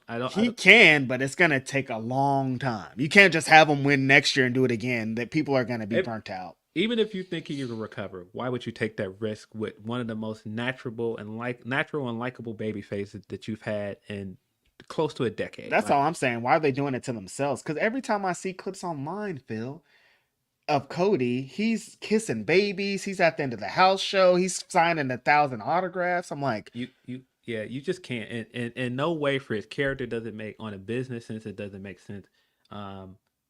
Cody, for the most part of 2023, carried himself like he was the face of the company. He did. He carried himself like he was the uncrowned top champion of the company. And at the international shows, he was getting the biggest reactions. He sells the most merch. When you look at like the guys that's very present at the house shows, and a big part of selling, a big part of the selling point for Raw, it's him. Yeah. For your flagship show, he's the face of the brand. He's like the top star of that show. It makes no sense to look at that. He's the number one. He carries himself like he's the number one guy in the company. He does all the you would think he's the world champion, and like he doesn't have the belt. Yeah, and that's why I'm saying like it not only does it not make sense for his character, But in a business sense, it makes no sense to not just make him champion at this point. It just doesn't. I made the comparison after he looked like he was going to step aside. That, like, imagine Austin winning 2 Royal Rumbles in a row, and him stepping aside and going, I don't want to be champion. Here you go. But then even more, like, you get to the match, and then he doesn't get that career-defining win that turned him into the guy that was the face of that era. And I feel like we're at the cusp of that same thing here, where Cody is on the cusp of being the face of this era of not just WWE wrestling, really the face of wrestling for this era. When you consider how much he changed wrestling as an indie wrestler, how much he changed things with AEW, the impact he's had in just 3 years with WWE. Still crazy to think about. This guy came back and stole the show at WrestleMania in Dallas with Rollins, and now you're looking like you're going to have 3 main events in a row. Yeah. That's wild. That's crazy. Like, I don't think anybody has come in and had that kind of immediate impact. No. And so there's been people that have came in, became champion, had success, but not like 2-time Royal Rumble winner, 3 WrestleMania main events all within the span of like 3 years. Like, that's insane. One of the best Hell in a Cell matches of all time. Yeah. Like it feels like, even when I'm saying this stuff, I'm like, am I like, is this hyperbole? But he really did all of this. Like, he did. So I just don't understand, because it feels like as a wrestler and as I'm going to become a WWE superstar, it feels like Cody checks all the boxes. So why isn't, like, it feels like, what do you guys want? And they're like, here are all the things you want. And Cody's like, here you go. And they're like, maybe not enough. Yeah. I'm like, if I'm trying to think anybody that like came in, like Brock Lesnar, of course, he came in and had like an immediate impact. He did. But I mean, just like at this rate, like, it is not, because I think it's different with Cody, because like I said, it's not like he just had an impact on WD. You look at like his impact on wrestling as a whole. Yeah. Like, Cody Rhodes over the last 7 or 8 years has undoubtedly made wrestling a better place. Totally. In every single way. Yeah. And so I feel like this is it. He's on the cusp of this, like, he's doing them houses too. They keep talking about Roman Reigns is draw. Like, Cody's a fucking draw too. He's the main event of all these sold out shows. You can't use the excuse that this is a business decision, this is a money decision, and not put the belt on him. It just doesn't make sense. Like, that when people say that, I'm like, well, if we're talking about money, Cody's making a fucking lot of it. It just doesn't make sense. So Cody has to win here. Like, there's no like. No, there's no getting around it. Cody loses here. This is the wrong decision. It's wrong. There's only one way to do this, man. It's not just that. Roman has been an uninteresting champion for a year. Yeah. Let's just tell the truth. He has not done anything as champion that I've been interested in a whole year. My least favorite WWE trope for a long time is booking for accolades, and we can't. It's just time. It's not just time because it's Cody's time, but it's just time to do something different with Roman Reigns as a character.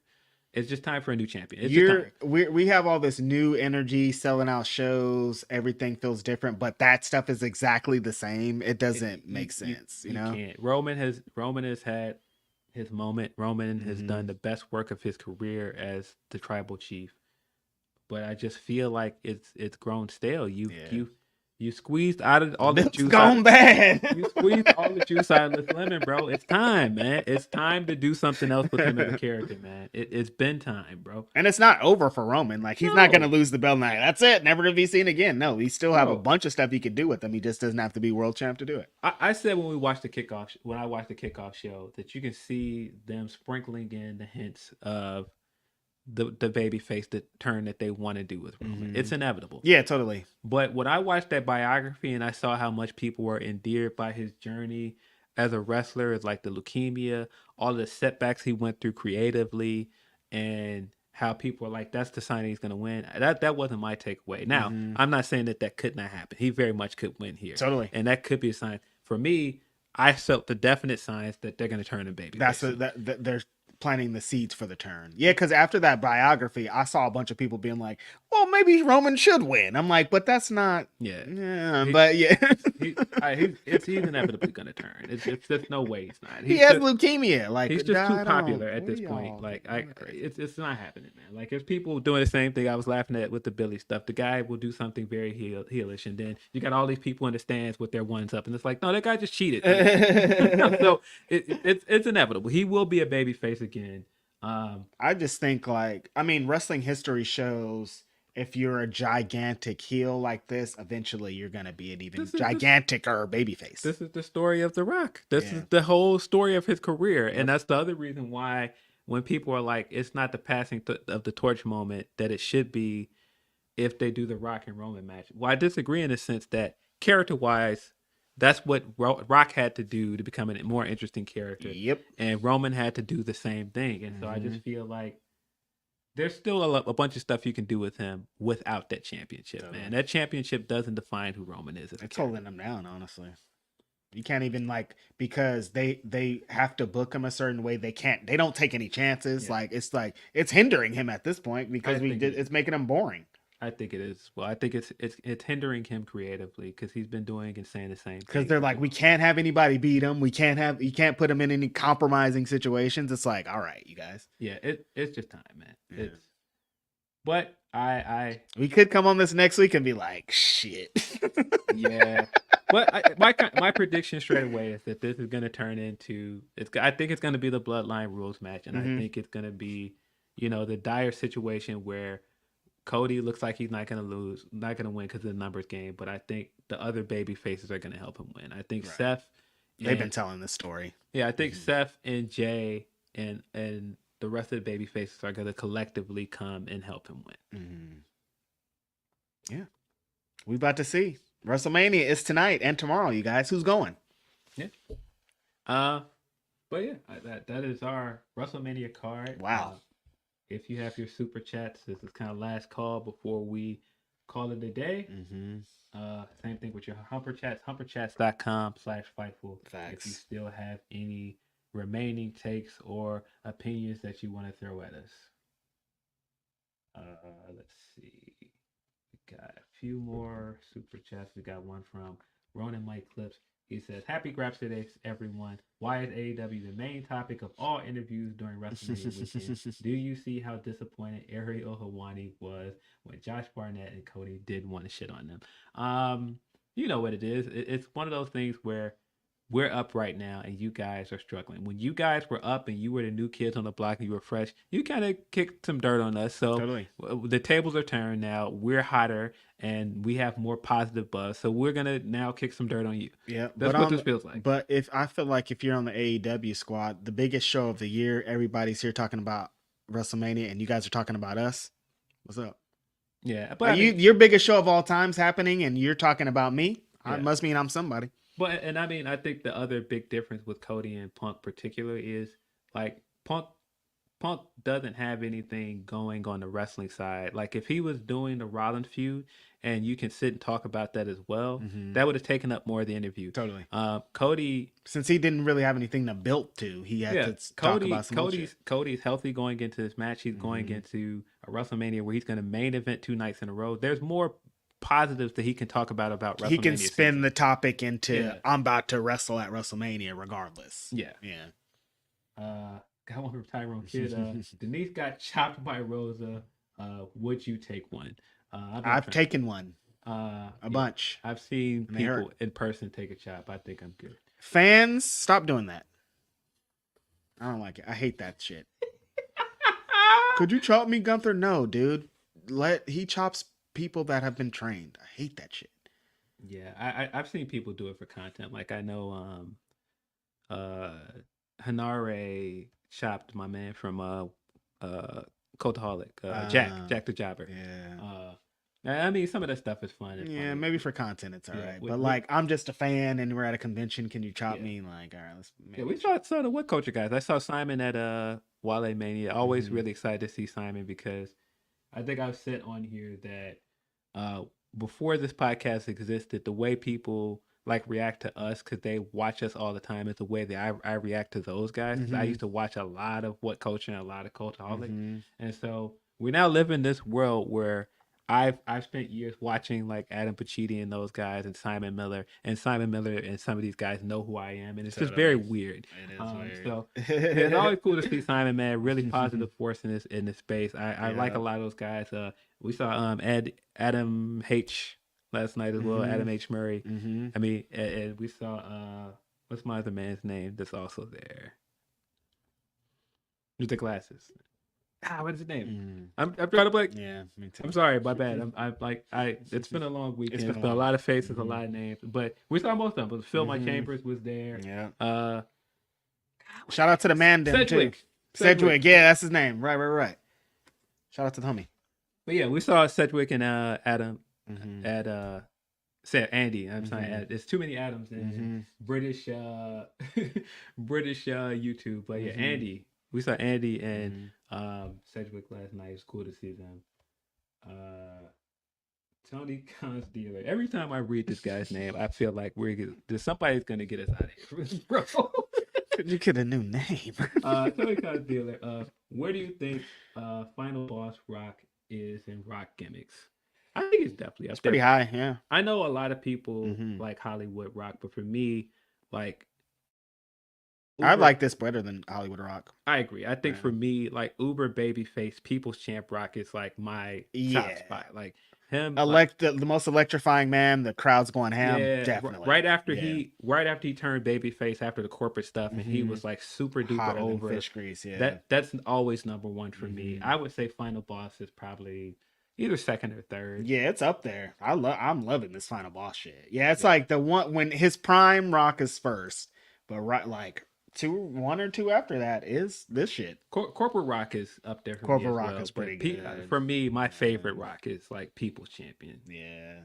But as far as a heel, I think this might be the best he's ever done, honestly. It's crazy. Yeah, this is absolutely some of his best heel work ever. See, from Dream Ninja 77, he says, late to the stream after catching up on Stand and Deliver. Black and Gold NXT vibe. Holy crap, Julia. The Wale Mania clips I saw on X were lit. Yeah, it sounds like a lot of people really enjoyed this show. That's great for NXT. I think it's great that they've kind of successfully done the rebrand and they found their voice. They found their audience. I don't think they're ever going to get back to the place where they please everybody. It's not. But it's cool that they're in a place where they have their audience. Totally, Phil. And it's funny because, the show's called Stand and Deliver, and there was some... I've seen a couple of debates and things of like, well, why didn't they continue as Takeover? And like they're not anymore. Like people aren't like, where does Takeover? They've like successfully gotten into their niche. Like NXT knows what it is, even if I don't want to watch that shit sometimes. Yeah, I'm not the biggest fan of current NXT, but they do know who they are, right? Yeah, but they've carved their lane. They found their audience. So and there's some people that really like that show. Absolutely, I was just talking about it with people last night. Yeah. I'm gonna check and see if we got. Shout out to the Mandem. Let me check and see if we got any more Humper Chats, and I'm gonna get out of here. We've got one more from Nelson Mountain. He says, "Yeah, fellas, I'm from Europe, and for a funny throwback, remember when I mentioned Diddy dancing in PE 2000? Diddy has made himself actually public enemy." Wow, yeah, whoa, ironic. One. That's another, like, if you guys get that reference, that's hella funny. Remember they dropped that video and he's like dancing with the thing? That thing is the most ridiculous. Diddy is a nasty dude, bro. Such a nasty guy, man. A nasty dude, bro. And like, quit involving us in this, in your nastiness, bro. What's going on here? And then at the end, a spotlight's going to drop on me and I'm going to break dance for 2 minutes. Like, what are you talking about? Self-indulgence, bro. I'm telling you, man. Oh my god! And honestly, man, the bro's not really that great of a dancer. No, like why are you always dancing though? All in the videos, man. Dancing. We got one last Humper Chat from King J312. If that's what I think it means, he's a Chicagoan. That is a Chicago area. About to talk some Chicago shit right here. What up, fellas? Michael Jordan was lost to the Bad Boy Pistons 4 consecutive postseasons, and it didn't hurt his character or stop his shoes from selling. Cody can take few more. This is how you're wrapping this up, King J. What? Just playing. Hope you. Just playing. He got me. Hope you both enjoy Philly. Had me in the first half. I was like, what's happening here? Say, bro, where are we going right now? Michael Jordan lost 4 times. Can't Cody? I'm like, no. Yeah.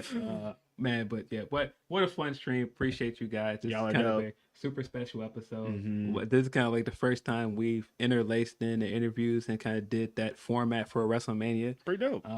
Let us know what you guys think of that. We might Yeah. try to do more of that if we can get more media opportunities. Yeah. But you know what it is. This has been Grapsody. I'm Phil Lindsey. Of course, Righteous Reg. We're in the same building, so this is real deal Holyfield. And we still are outside in Philadelphia. So if y'all see us, say what's up. Yeah, man. You know what it is. I don't want to steal a line to close the show from my homie, but you know what I'm saying? Too sweet me when you see me. Yee!